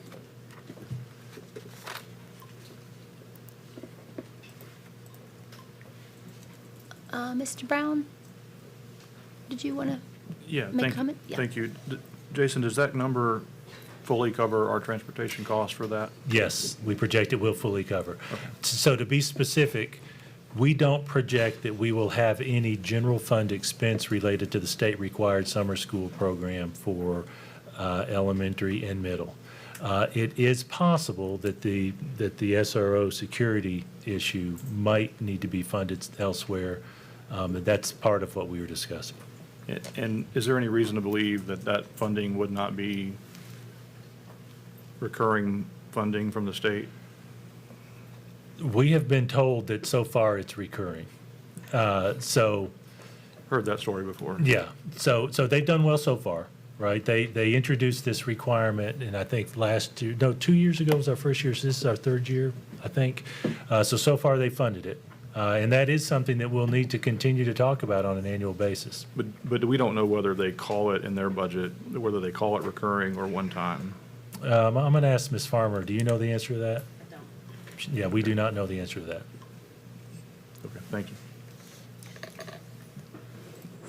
Okay, looks like we don't have any further comment. Mr. Golden? Do recommend approval. Okay, thank you. Board members, let's cast our votes.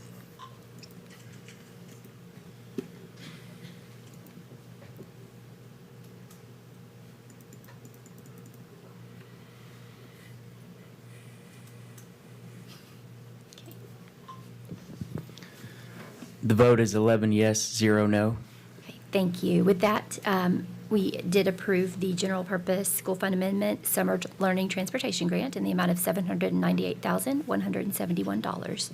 Next item is the approval of the general purpose school fund amendment for the fine arts donation in the amount of $48,825. Thank you, Madam Chair. This is another restricted gift, this time from Gibson Guitars on a really great fundraising program they have. This is a donation for our orchestra program. Okay, great. Do we have a motion? Mr. Wimberly and a second from Ms. Cleveland. Thank you. Any discussion?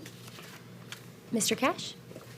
Thank you, Madam Chair. I was just wondering, and I wanted to thank all the people that came and supported the fine arts tonight. And $48,000, that's a great donation. But some of the kids, I'm just really impressed. They spoke from the heart on this issue. And I happen to know one director that has 800-plus hours the second half of the year invested with the kids. So yes, these children and the folks that support the arts, we really do need to do something about this because it's just not right, it's not fair, and we don't want them getting disillusioned and just quit. Thank you. Thank you. Mr. Wimberly? Thank you, Gibson. Thank you. Okay, no further comments. Mr. Golden? Do recommend approval. Thank you. Board members, let's cast our votes.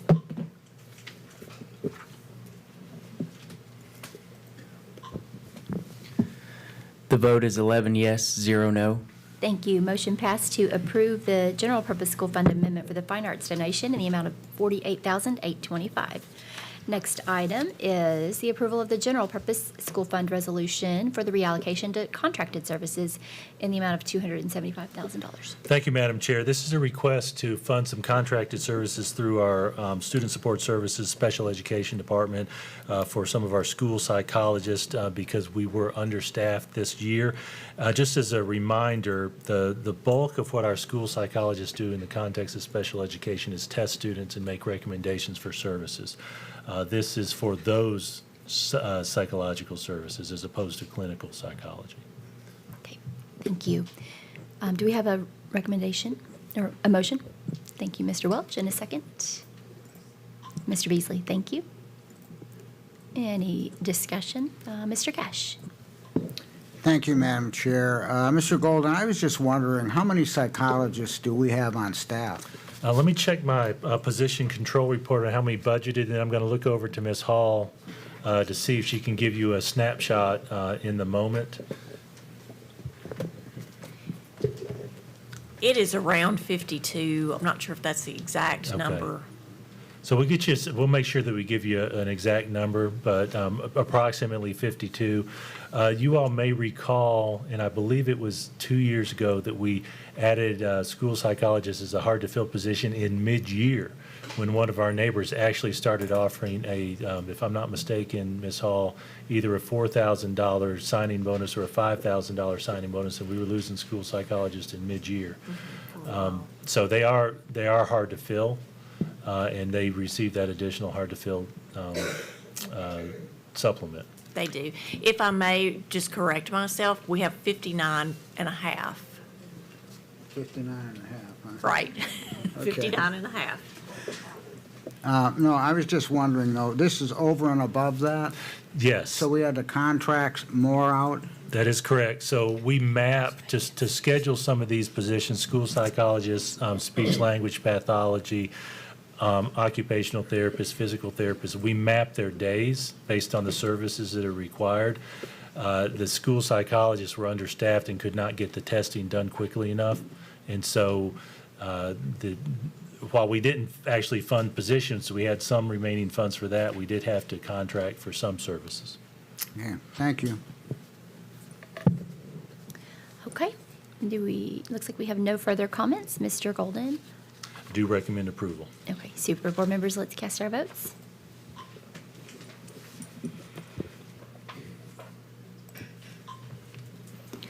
The vote is 11 yes, 0 no. Thank you. Motion passed to approve the reallocation to contracted services in the amount of $275,000.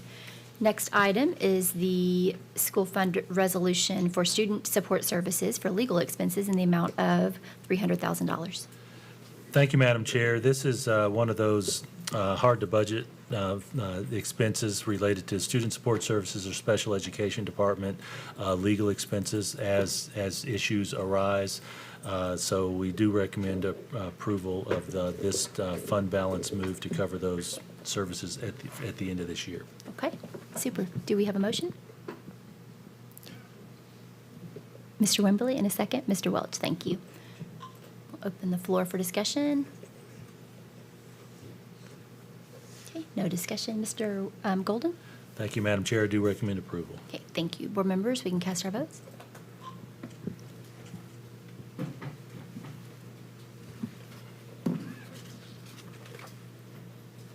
Mr. Brown?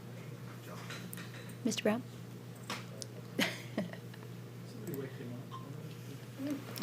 The vote is 11 yes, 0 no. Thank you. Motion passed to approve student support services legal expenses resolution in the amount of $300,000. Next item on the agenda is the school fund resolution for trustee commission of $800,000. Thank you, Madam Chair. This represents another end-of-the-year budget item that we traditionally bring to you for the difference between what we budget for property taxes and actual at the end of the year. We have an obligation to pay a trustees commission on that, and so this is the final number based on actual receipts from property tax. Okay, super. Do we have a motion? Ms. Cleveland, and do we have a second? Mr. Beasley, thank you. Oh, was that Ms. Clements? Sorry. Ms. Clements was the motion, sorry. Okay, and any discussion? Mr. Brown? Thank you, Madam Chair. I have to ask, Yeah. does this 800,000 represent the entire amount that we're paying, or is this only a portion of the amount we're paying for the fiscal year? This represents a portion of the amount we're actually paying for the school year, and actually a relatively small portion. We budget property tax revenue on 92%, and so there's a gap there. And then if there's a little bit of change from the actual budget, we might have to fund a little bit more. Ms. Farmer, can you speak to that more specifically? Sure. So trustees commission is based off of property tax, 1% on property tax, 2% on sales tax, and then a flat fee of $10,900 and some change a month. And so what we originally had budgeted was $4.85 million, and so this would be adding an additional $800,000 to it. So just for context, is this considered part of fund balance, or is this a separate line item in our budget? It is a line item in our budget. For next year, I believe the expenditure that we budgeted was $5.1 million. So I just think it's important to point out, and this is not intended to be a criticism of anyone or anything, but I think it's important in the context of budget discussions to point out that nearly $5 million of our budget is paid back to county government. That's correct. Thank you. Okay. Thank you. Mr. Galbraith? Yeah, thank you. And Rachel, so that formula, is it mandated by the state that how that calculation is supposed to go? It is a state formula that was put into place, I'm guessing, at least 20, 25 years ago. Okay, so everybody does this the same way, or is there some Other departments within the discretion? county also do it the same way, and other counties in the state would do it the same way. They do it similarly, or Yes. or the same, Yes. or the exact same formula? Since it is a state formula, I would assume that they are using the same formula, Okay. but the other departments within the county use the same formula, I do know that. Sounds good. Thank you. Mr. Cash? Thank you, Madam Chair. My question goes along with Josh and Jay. It seems ridiculous to be paying out this kind of money to trustees and paying the county back. I wish our county commissioners wouldn't have left. But maybe that's something we could work on with our state legislature and the county commission. Thank you for that. We'll make sure that we have a discussion with county government about that and do that. Okay. Thank you. If there are no further comments, Mr. Golden will take your recommendation. I do recommend approval. Okay, thank you. Board members, let's cast our votes.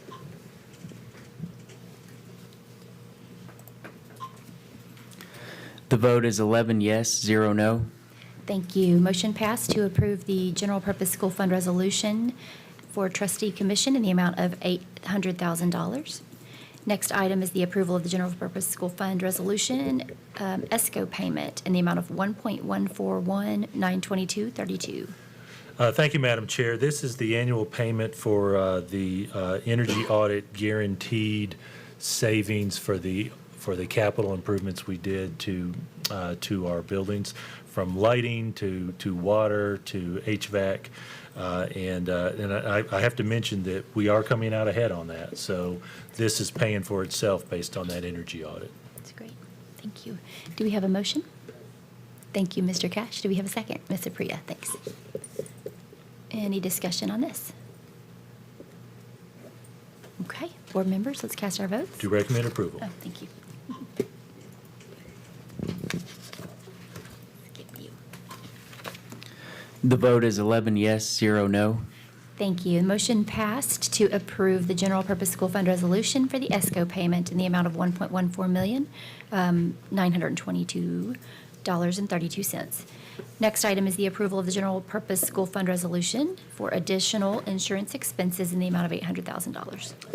Thank you, Madam Chair. This is another end-of-the-year request to cover the insurance items in there: liability, excess risk, workers' comp, and billing and contents, some of those unpredictable charges.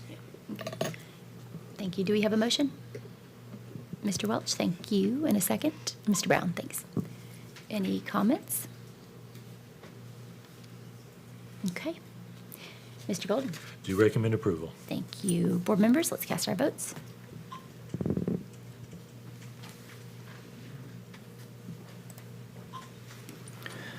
The vote is 11 yes, 0 no. Thank you. We just approved the additional insurance expense in the amount of $800,000. Next item is additional operational expense in the amount of $200,000. Thank you, Madam Chair. As stated there, this is a request to finish this budget year based on our projections of custodial work. The work that our finance department has done has established that we need about $200,000 out of fund balance to cover the final amount for the total janitorial work. Okay, super. Do we have a motion? Ms. Apriya, thank you. Do we have a second? Mr. Beasley, thank you. Any comments or questions? Okay. Mr. Golden, do we have your Recommend recommendation? approval. Thank you. Board members, let's cast our votes. Rachel, keeping us busy tonight. The vote is 11 yes, 0 no. Thank you. Board members, almost done. That was the approval for operational expenses in the amount of $200,000. Last item under budget is the extended school program expenses of $263,286. Thank you, Madam Chair. This is the end of the year reconciliation, for lack of a better term. Maybe I got the appropriate term for accounting purposes, for the extended school program, which again is not a county government funded program, but it moves from fund balance to the appropriate lines based on salaries. Okay, super. Okay, board members, do we have a motion? Ms. Apria, thank you. In a second. Ms. Cleveland, thank you. Any comments or questions on this one? Okay, board members, let's cast our votes after Mr. Golden gives his recommendation. Recommend approval. Thank you.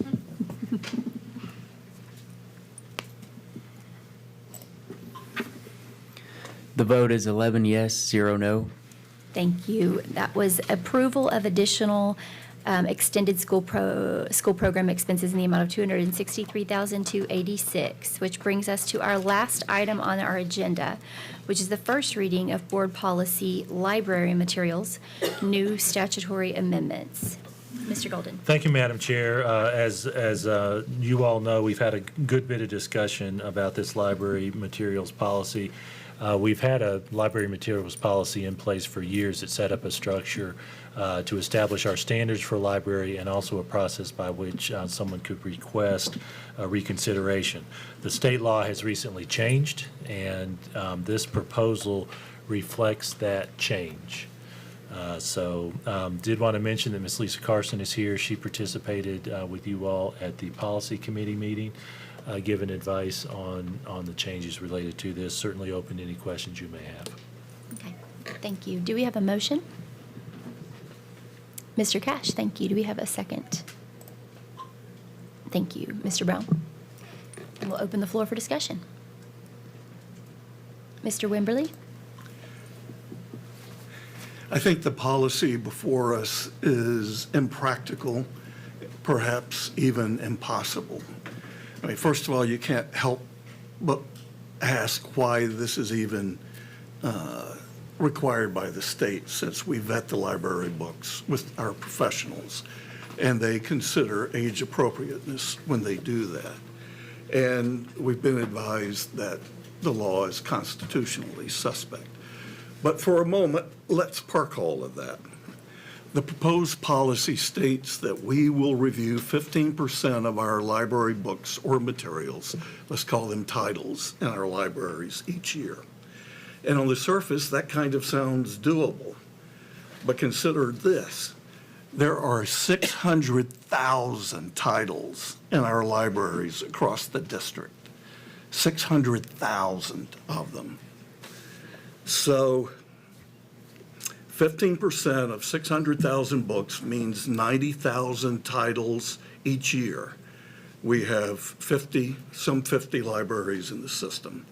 So on average, that's 1,800 pieces of material reviewed per library per year by librarians who already have full plates. I don't know how long it will take to do a review, but just for the sake of Rick's math, let's assume 15 minutes. That's 27,000 minutes or 450 hours. A 10-month contract for our employees would have some 1,500 hours in it. So this policy, as it's written, would require the librarians to spend 30% on average of their time on conducting these reviews. Now, granted, I've done some averaging and some are estimates, but you can double what I've said or cut it in half. You know, the point remains the same. And that's one piece. And then there's another piece. If someone wants to challenge a book or some material in the library, per the state law, thus our policy, school board members must read and review those materials and make a decision about whether or not they're age appropriate based on the new law within 60 days. That too sounds doable. But what if the board gets multiple challenges or has multiple challenges at work? How at one time? What if it happens during zoning or during budget time? So how is a board going to be able to meet this standard within 60 days? We can't implement this policy without sacrificing other things. And the reality is, a lot of the things that we're required to do are required by state law, which we can't sacrifice. We already have a tough budget. This is going to make the budget even tougher. You have to wonder if the legislature did the math, and it doesn't look like it to me. I'm going to vote for the resolution tonight because it's first reading, but I have a hard time getting comfortable with us implementing this policy or any policy that's simply not practical. It can't be done as it's written. So I suggest two things. One, have our attorneys and our policy committee look at it again and take in consideration the workload issues and the cost of doing this. Maybe something can be changed. Also, our association, TSBA, is working on a suggested policy, and I suggest we work with them, collaborate, and find out what they recommend, because certainly we're not the only ones in the state who can do the math here. And yes, there's no doubt about it. We need age-appropriate books in our libraries and classrooms. Of course we do. And yes, we need to look at how we're making those decisions, what we can do to make it better. But we don't need to pass a policy that we can't do. Thank you. Thank you. Mr. Haw? Thank you, Madam Chair. I share many of the misgivings that Mr. Wimberly mentioned. I also want to reiterate a few of the things that we discussed in the work session. I think that I like the policy better when it started with a statement of principles addressing the First Amendment and academic freedom. I think that we do need to start there rather than having a policy that is focused on removing materials. I understand that we do need to have a policy by law in place. I just am very concerned about much of the language in this, and I do feel, as discussed on Thursday, this does not effectively accomplish its stated goal of addressing age appropriateness. I think that this casts everything into the same pot and does not make the distinctions that it seemed to be intended to. Or maybe that wasn't the intent, and we're being sold a bill of goods with this legislation. I do appreciate the work of the policy committee in trying to make the best of a challenging situation with this. I think the decision tree is effective and is a good tool to work from. I'm just not there on this policy. Thank you. Thank you. Mr. Galbraith? Thank you, Madam Chair. I just want to, I guess I think I share some of the concerns with, especially around the 15%. I think we should hopefully be able to find a better way to manage that across, make sure that nobody's reviewing the same titles across the district and making the most use of everybody's time. But and the fact that we have to have this policy in place by July 1, which is kind of the urgency here. But I want to thank Dana and Lisa and everybody who helped develop the flow chart. I don't even know what we're calling it. I don't have the policy in front of me. But the flow chart that we're using, the decision tree, thank you, was I think it's really well done in terms of just showing that we're addressing all of the First Amendment and federal statutes and federal case law that's been going on, and also using the same process to flow through all of the state law to that's there. It does require a bit of duplication. I think we talked about that in terms of your reviewing kind of age appropriateness maybe twice during the process, but under a different standard. So I really appreciate all the work that's gone in. I think that'll serve us well, regardless of how much kind of edits that we have to make. I think those are I think that's a really good framework that we'll be able to kind of carry through. The wording of the policy I get, and we always make some wordsmith changes as we go to second reading, but I really like where we've come. It's a far cry from the lack of direction that we were faced when we were sitting in committee trying to assess this in last year. So I really appreciate the help. Thank you. Ms. Clements? Thank you, Madam Chair. I just wanted to comment a couple of things. I think Mr. Wimberly and I will probably be going down to the state delegation or trying to talk our state lawmakers into working with us on some things. But as far as the 15% review, I think that is a tall order. But one of the things I would like to see is some transparency in that, and so that the community knows what is being reviewed, and we can we need to make that accessible to our community. Also, along the same lines, I think I had spoken at the work session, and I just want to reiterate that I think we need to have, because we have 51 different librarians, 52 different librarians making all different decisions on these books, and they might come up to different decisions about the same book. I think we need someone at central office for organization of this policy and oversight of this policy. So I really, I don't think we need to add a new person, but I think there's some branches that we already have that can take this over and help oversee that. Finally, I wasn't going to bring this up unless there was discussion on this, but on the decision tree, I had a question. On question 8, it talks about, is the material age appropriate for the age maturity levels?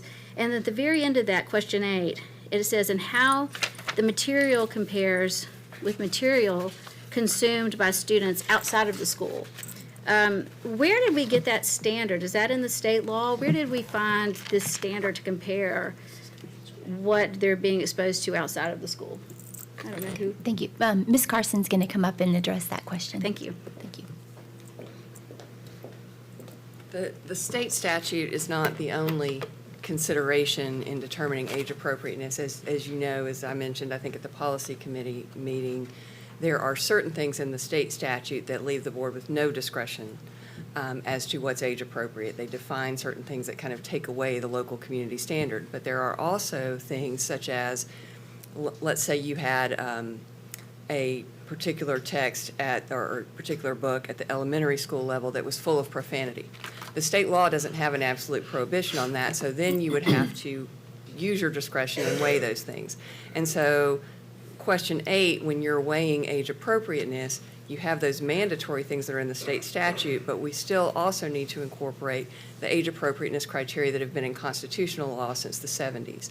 And one of the things that's included are, what would you expect an ordinary child in this age group, in this grade band, to be exposed to in the world? And that doesn't mean, of course, those standards were set before, every kid had a phone where they could access all kinds of things. But what that's directed toward is, what would a reasonable parent allow their child to have access to, if they took them to the community library, if they took them to the bookstore, that kind of thing. So that's where that comes from, is actual constitutional law, and it's just one more factor in those areas where the board has discretion to bring into play. Okay, I'm not a big fan of that one, because I think it sets the bar pretty low, just because this is our library, but we can dig into more of that at the policy.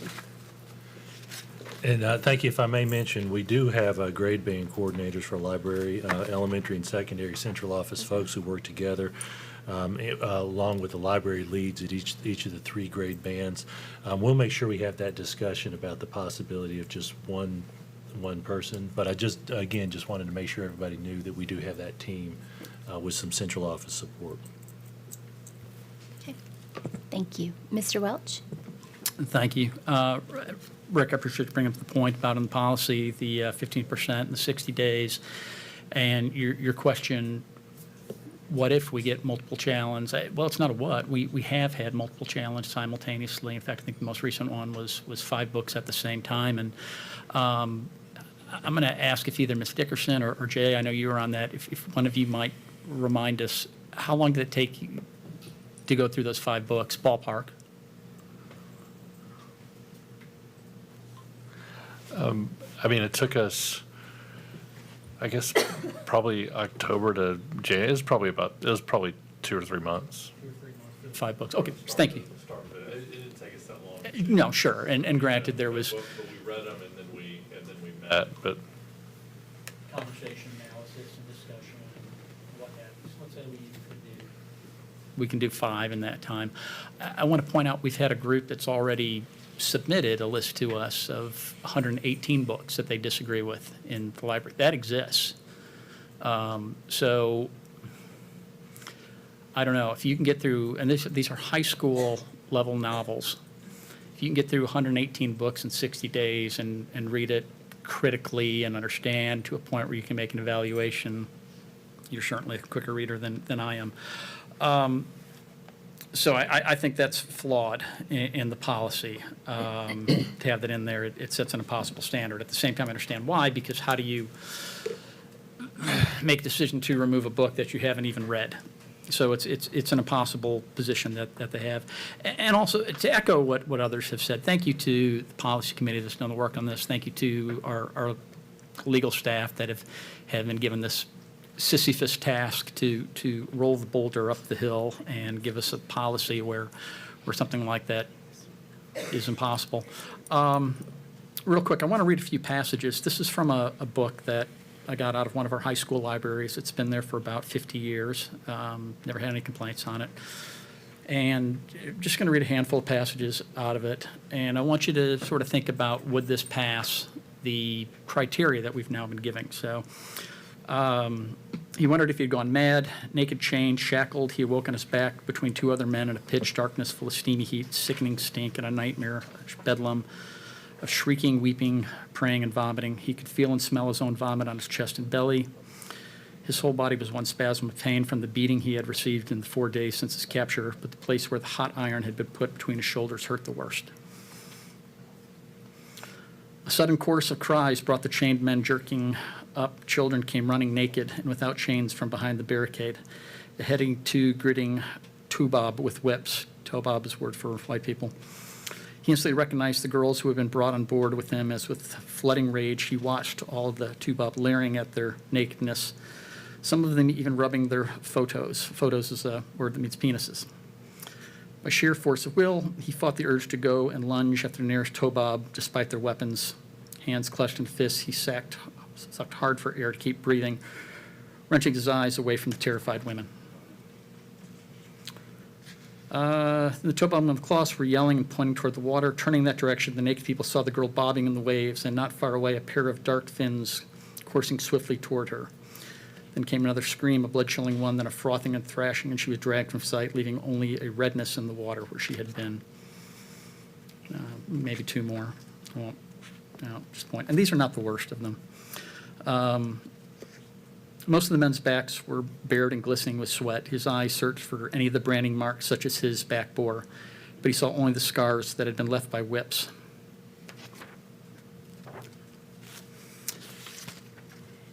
Standing before him, the bleeding one began making gestures. He pointed to his genitals, then to the hunting knife in his belt. Then he pointed to his foot, and then to the axe in his belt. When he understood, he howled and kicked and was clubbed again. Deep in his marrow, a voice shouted that a man to be a man must have sons. And his hands flew down to cover his penis, his photo. 2 were wickedly grinning, and then it goes on to about chopping off his foot in half to hobble this person. There's also copious amounts of racial slurs in here, including the N-word. I didn't want to say those, but that's in here. And there's much worse quotes. There's sexual assaults, there's rapes, what have you, when we read this out of context. There's some hard sentences in here. So I ask us, judging by the criteria that we have in the policy, and if, I don't know, maybe we could pull that up real quick and see those 4 from the state law. How do we not pull this book out there, out of our libraries? It's been there for 50 years, no complaints, but how do we not, based upon this criteria? This book is Roots that I've been reading from. It was published in 1976, New York Times bestseller list, 50 weeks. Won the Pulitzer Prize in 1977. There was an 8-episode miniseries on it that became the most watched miniseries in the history of television. I guess it's number 3 still. And I think those of us from a certain generation know it had an impact on society like almost nothing else. It shaped the way we viewed race relations, public policy, how we dealt with one another. It's a cultural behemoth. I chose this one in particular not because I said, well, it has the hardest language or what have you. I chose it because this year, this also became an official state book of Tennessee. Our legislature passed that bill. In fact, it was Gino Bolso, who was the co-sponsor of the bill, and I think he was right for doing it, who named this an official state book of Tennessee. The Secretary of State of Tennessee is mandated to have this book listed in the state blue book. Lamar Alexander, former governor of Tennessee and senator, but before that, he was also the president of the University of Tennessee, and he was the Secretary of Education under President Bush, so he has an education background. He spoke at Alex Haley's funeral, authored this book, and based upon this book, described Alex Haley as God's storyteller. So putting all that in context, I ask you, how can we pull this out of the library? I'm going to say the quiet part out loud. If we take it out, we're going to get sued and we're going to lose. And if we don't take it out, we're going to get sued.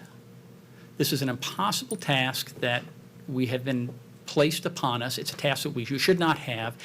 This is an anti-intellectual law. It is anti-education. It is terrible law.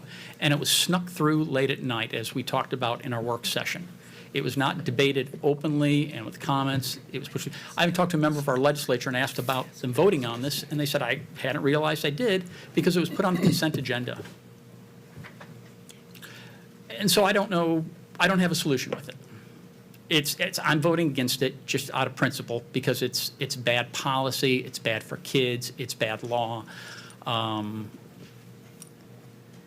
I say that also, again, I want to emphasize with full respect and appreciation for our legal team and the policy committees that has tried to cobble something together out of this pile of crap that we've been given by the state legislature, to put it. It won't stand, but hopefully it's not us that gets sued this time. It'll be someone else who takes the hit. We've had enough of these. Thank you. Thank you, Mr. Welch. Mr. Brown? Oh, sorry. That's a good question on that book. We want Ms. Ms. Carson. That's a good question that we could ask Lisa Sure. whenever we get to that. Okay. Do it now if you want. You want to do it right now? Yeah, Ms. Carson, can you come address that question? How do we keep that history book? He's asking if we could go ahead and have Ms. Carson address Eric's question. Yeah. So that's a challenging question, because one of the things that I've really struggled with is I can write a policy in a vacuum that I think is constitutional. That's not to say I think it's necessarily good policy, but it complies with state law and it complies with federal law. But the as applied is exactly what plagues me and keeps me awake, because I think that Mr. Welch is correct. Under the plain language of the state law, roots would be excluded. So my suggestion, and I'm getting way ahead of myself here, but since you've asked the question, I think it's appropriate to share with this board. After doing a lot of research on this, I don't think you have standing as a board to just challenge the law or ask a court to tell us what the law means as it stands now. I just don't. Y'all know we've argued standing in reverse in many cases, and usually been successful, although not always.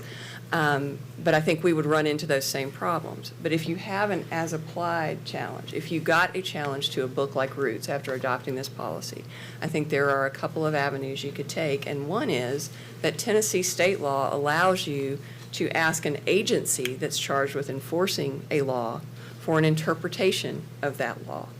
And so my contention would be, if you get a request to remove something like Roots or something like an art book with a photograph of the David, which also would fall outside the provisions of this policy, then I think as a board, you could make a request for a declaratory order from the State Textbook Commission, and I know I'm not saying the full name because they've changed it, but you know what I'm talking about, the commission that now is also in charge of library books, and ask them to tell us, what does this law mean? Does it really mean what it says? Because if it means what it says, the only way you can comply with it without violating the First Amendment is virtually to shut down your libraries or to remove hundreds of books from them.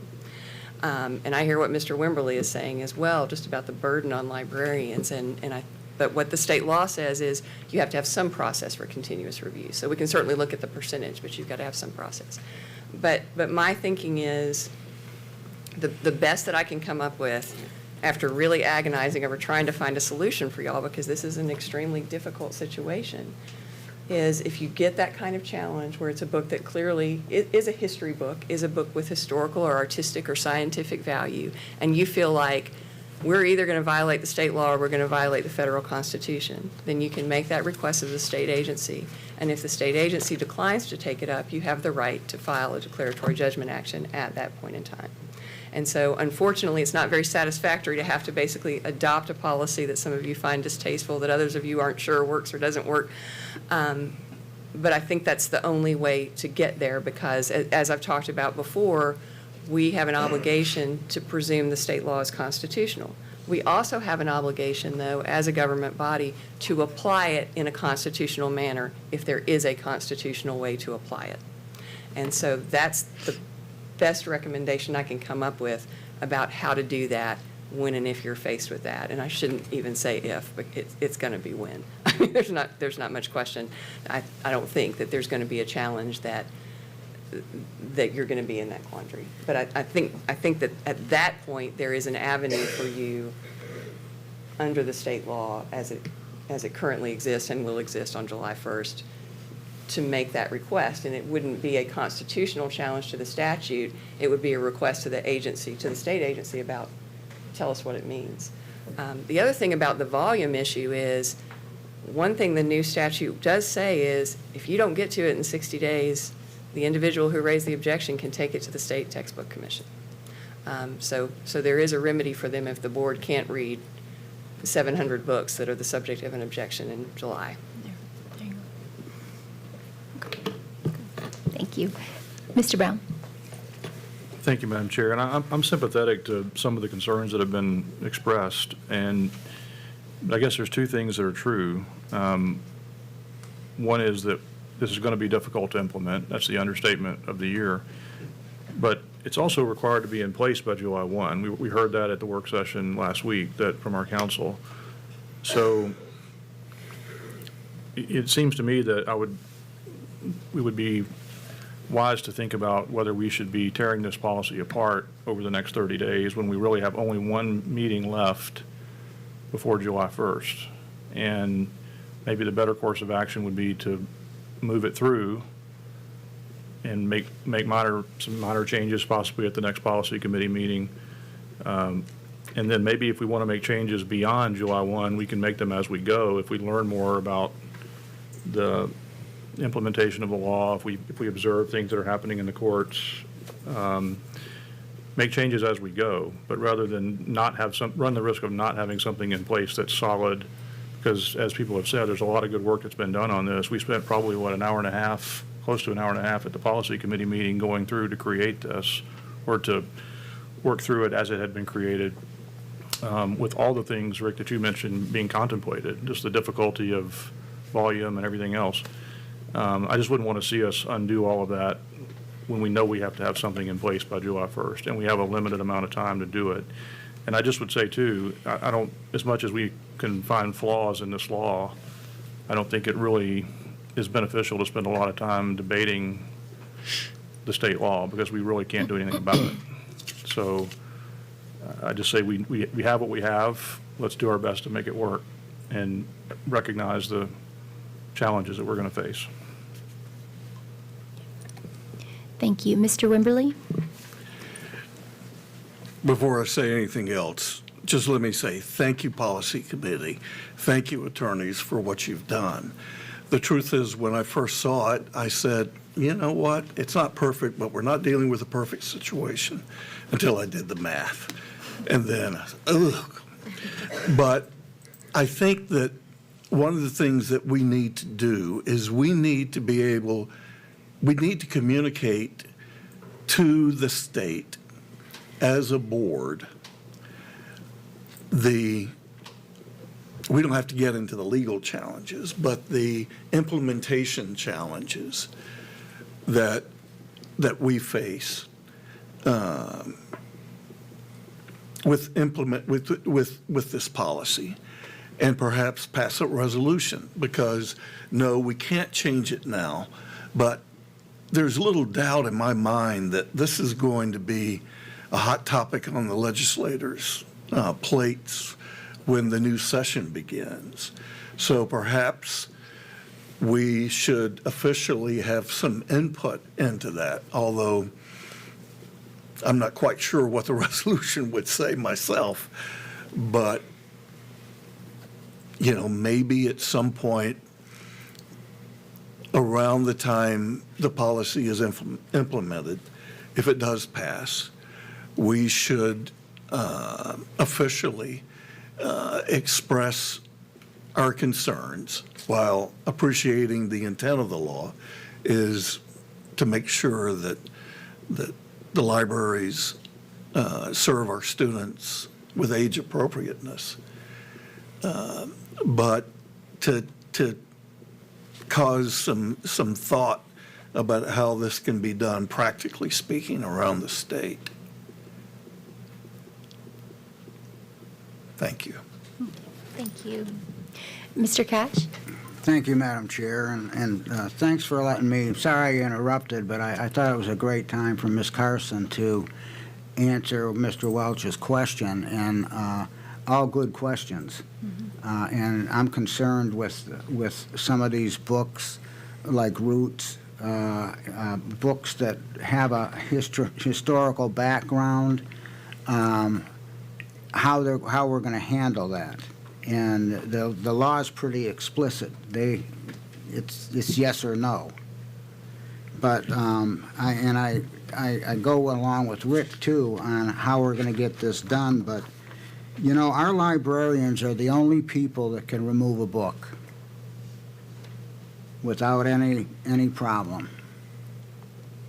And I think we need to look at ways to find out some of these books that are vetted, they're all supposed to be vetted. There's plenty of books in the libraries that folks know are not going to pass muster on this law. Or there's many books in the libraries, like Mr. Welch just presented, Roots, Holocaust, there's all kinds of them that can be tagged, because I mean most librarians know which ones are going to be disruptive with this law, and then get in touch with the state, like Ms. Carson was saying, and say, hey, we've got a group of books that are very historical, and tell them what's going on, and maybe that's how we get this, how we tweak this law, instead of getting all crazy about all this stuff in a policy, which, you know, we've got the law and we've got a beginning policy, and I think it's halfway decent right now, but we can tweak this, and we can tweak it after we put it into effect. But we can pick this apart. We can look at worst case scenarios. We can look at a scenario just like Mr. Welch brought up. And it shouldn't take a lot of time because people know what's in those books. That would be an age-appropriate book for something like 10th grade. It's just like the Holocaust. I don't believe we teach the Holocaust until they're in high school because it's not age-appropriate. But this whole law stems from not just Williamson County, it stems from the whole state. There are books that are in the libraries that should not be in the hands of children. And that's why it's here. And we had the law come out a few years ago, and we didn't know what the heck to do with it. Now we got some strict rules, and we don't know what to do with that. So we're just going to have to work our way through this and work together on this, because everyone that spoke tonight has a good point. And we just need to keep that in mind and make this work. Thank you. Thank you. Mr. Beasley? Thank you, Madam Chair. So I just want to thank the policy committee for putting in all this hard work that we have had so far. A lot of what I've heard for the last 2 years is that we've been looking for age appropriateness books and content. The policy that we have before us, we have some of the greatest county attorneys that we would want in Tennessee, and they put a lot of effort and work into this. So we didn't have anything, and now we have something. So oftentimes we get to the work sessions, and we bring these policies to the work sessions, and we get a lot of board members that want to strike through a lot of things in the policy, okay? So what I'm proposing is that some of the board members actually come to the policy meeting. There's a lot of beautiful work that happens during those policy meetings. And so if we can get your input on the front end of it, then maybe, just maybe, we can be more proactive when it comes time to voting for the policy, and we have something better that we can have. So I'm just asking for you guys to come to the policy meeting and bring your input there. And I think we can move forward a lot faster. Just like Mr. Brown said, we have until July 1 to get this done. So, and that'll keep us out of litigation. So that's all I have. Thank you, Mr. Beasley. Why are you looking at me? If I'm in town, I'll be there. That's good. All right. Mr. Golden, do you have any follow-up? Thank you, Madam Chair. I do want to mention a little bit of the evolution of the process we've been going through and things that have been happening at the state in this context. Over the course of the last few years, with a lot of discussions related to library books, there's a lot more information out there for members of the public and for parents. I encourage parents to pull up our website, pull up the specific, even down to the teacher level, items that are in our libraries, both in our physical libraries and in our teacher classrooms, and have those conversations with your librarians and with the teachers. And we've had some of that. But I felt like it was important for us to send that reminder out to folks.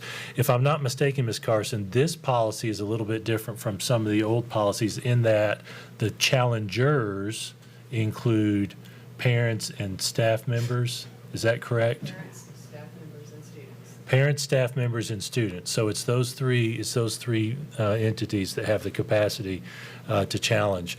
That's different from the older versions. So just as a reminder of that as well. If there's no other comments, I do recommend approval for you all so that we can get this to second reading before the July 1st deadline. Okay. All right. Thank you for the discussion. Board members, we can move to vote.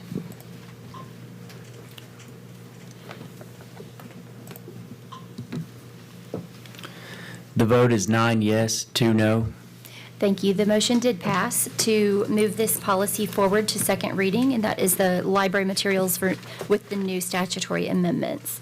Thank you so much, board members, for your engagement tonight, and this meeting is adjourned.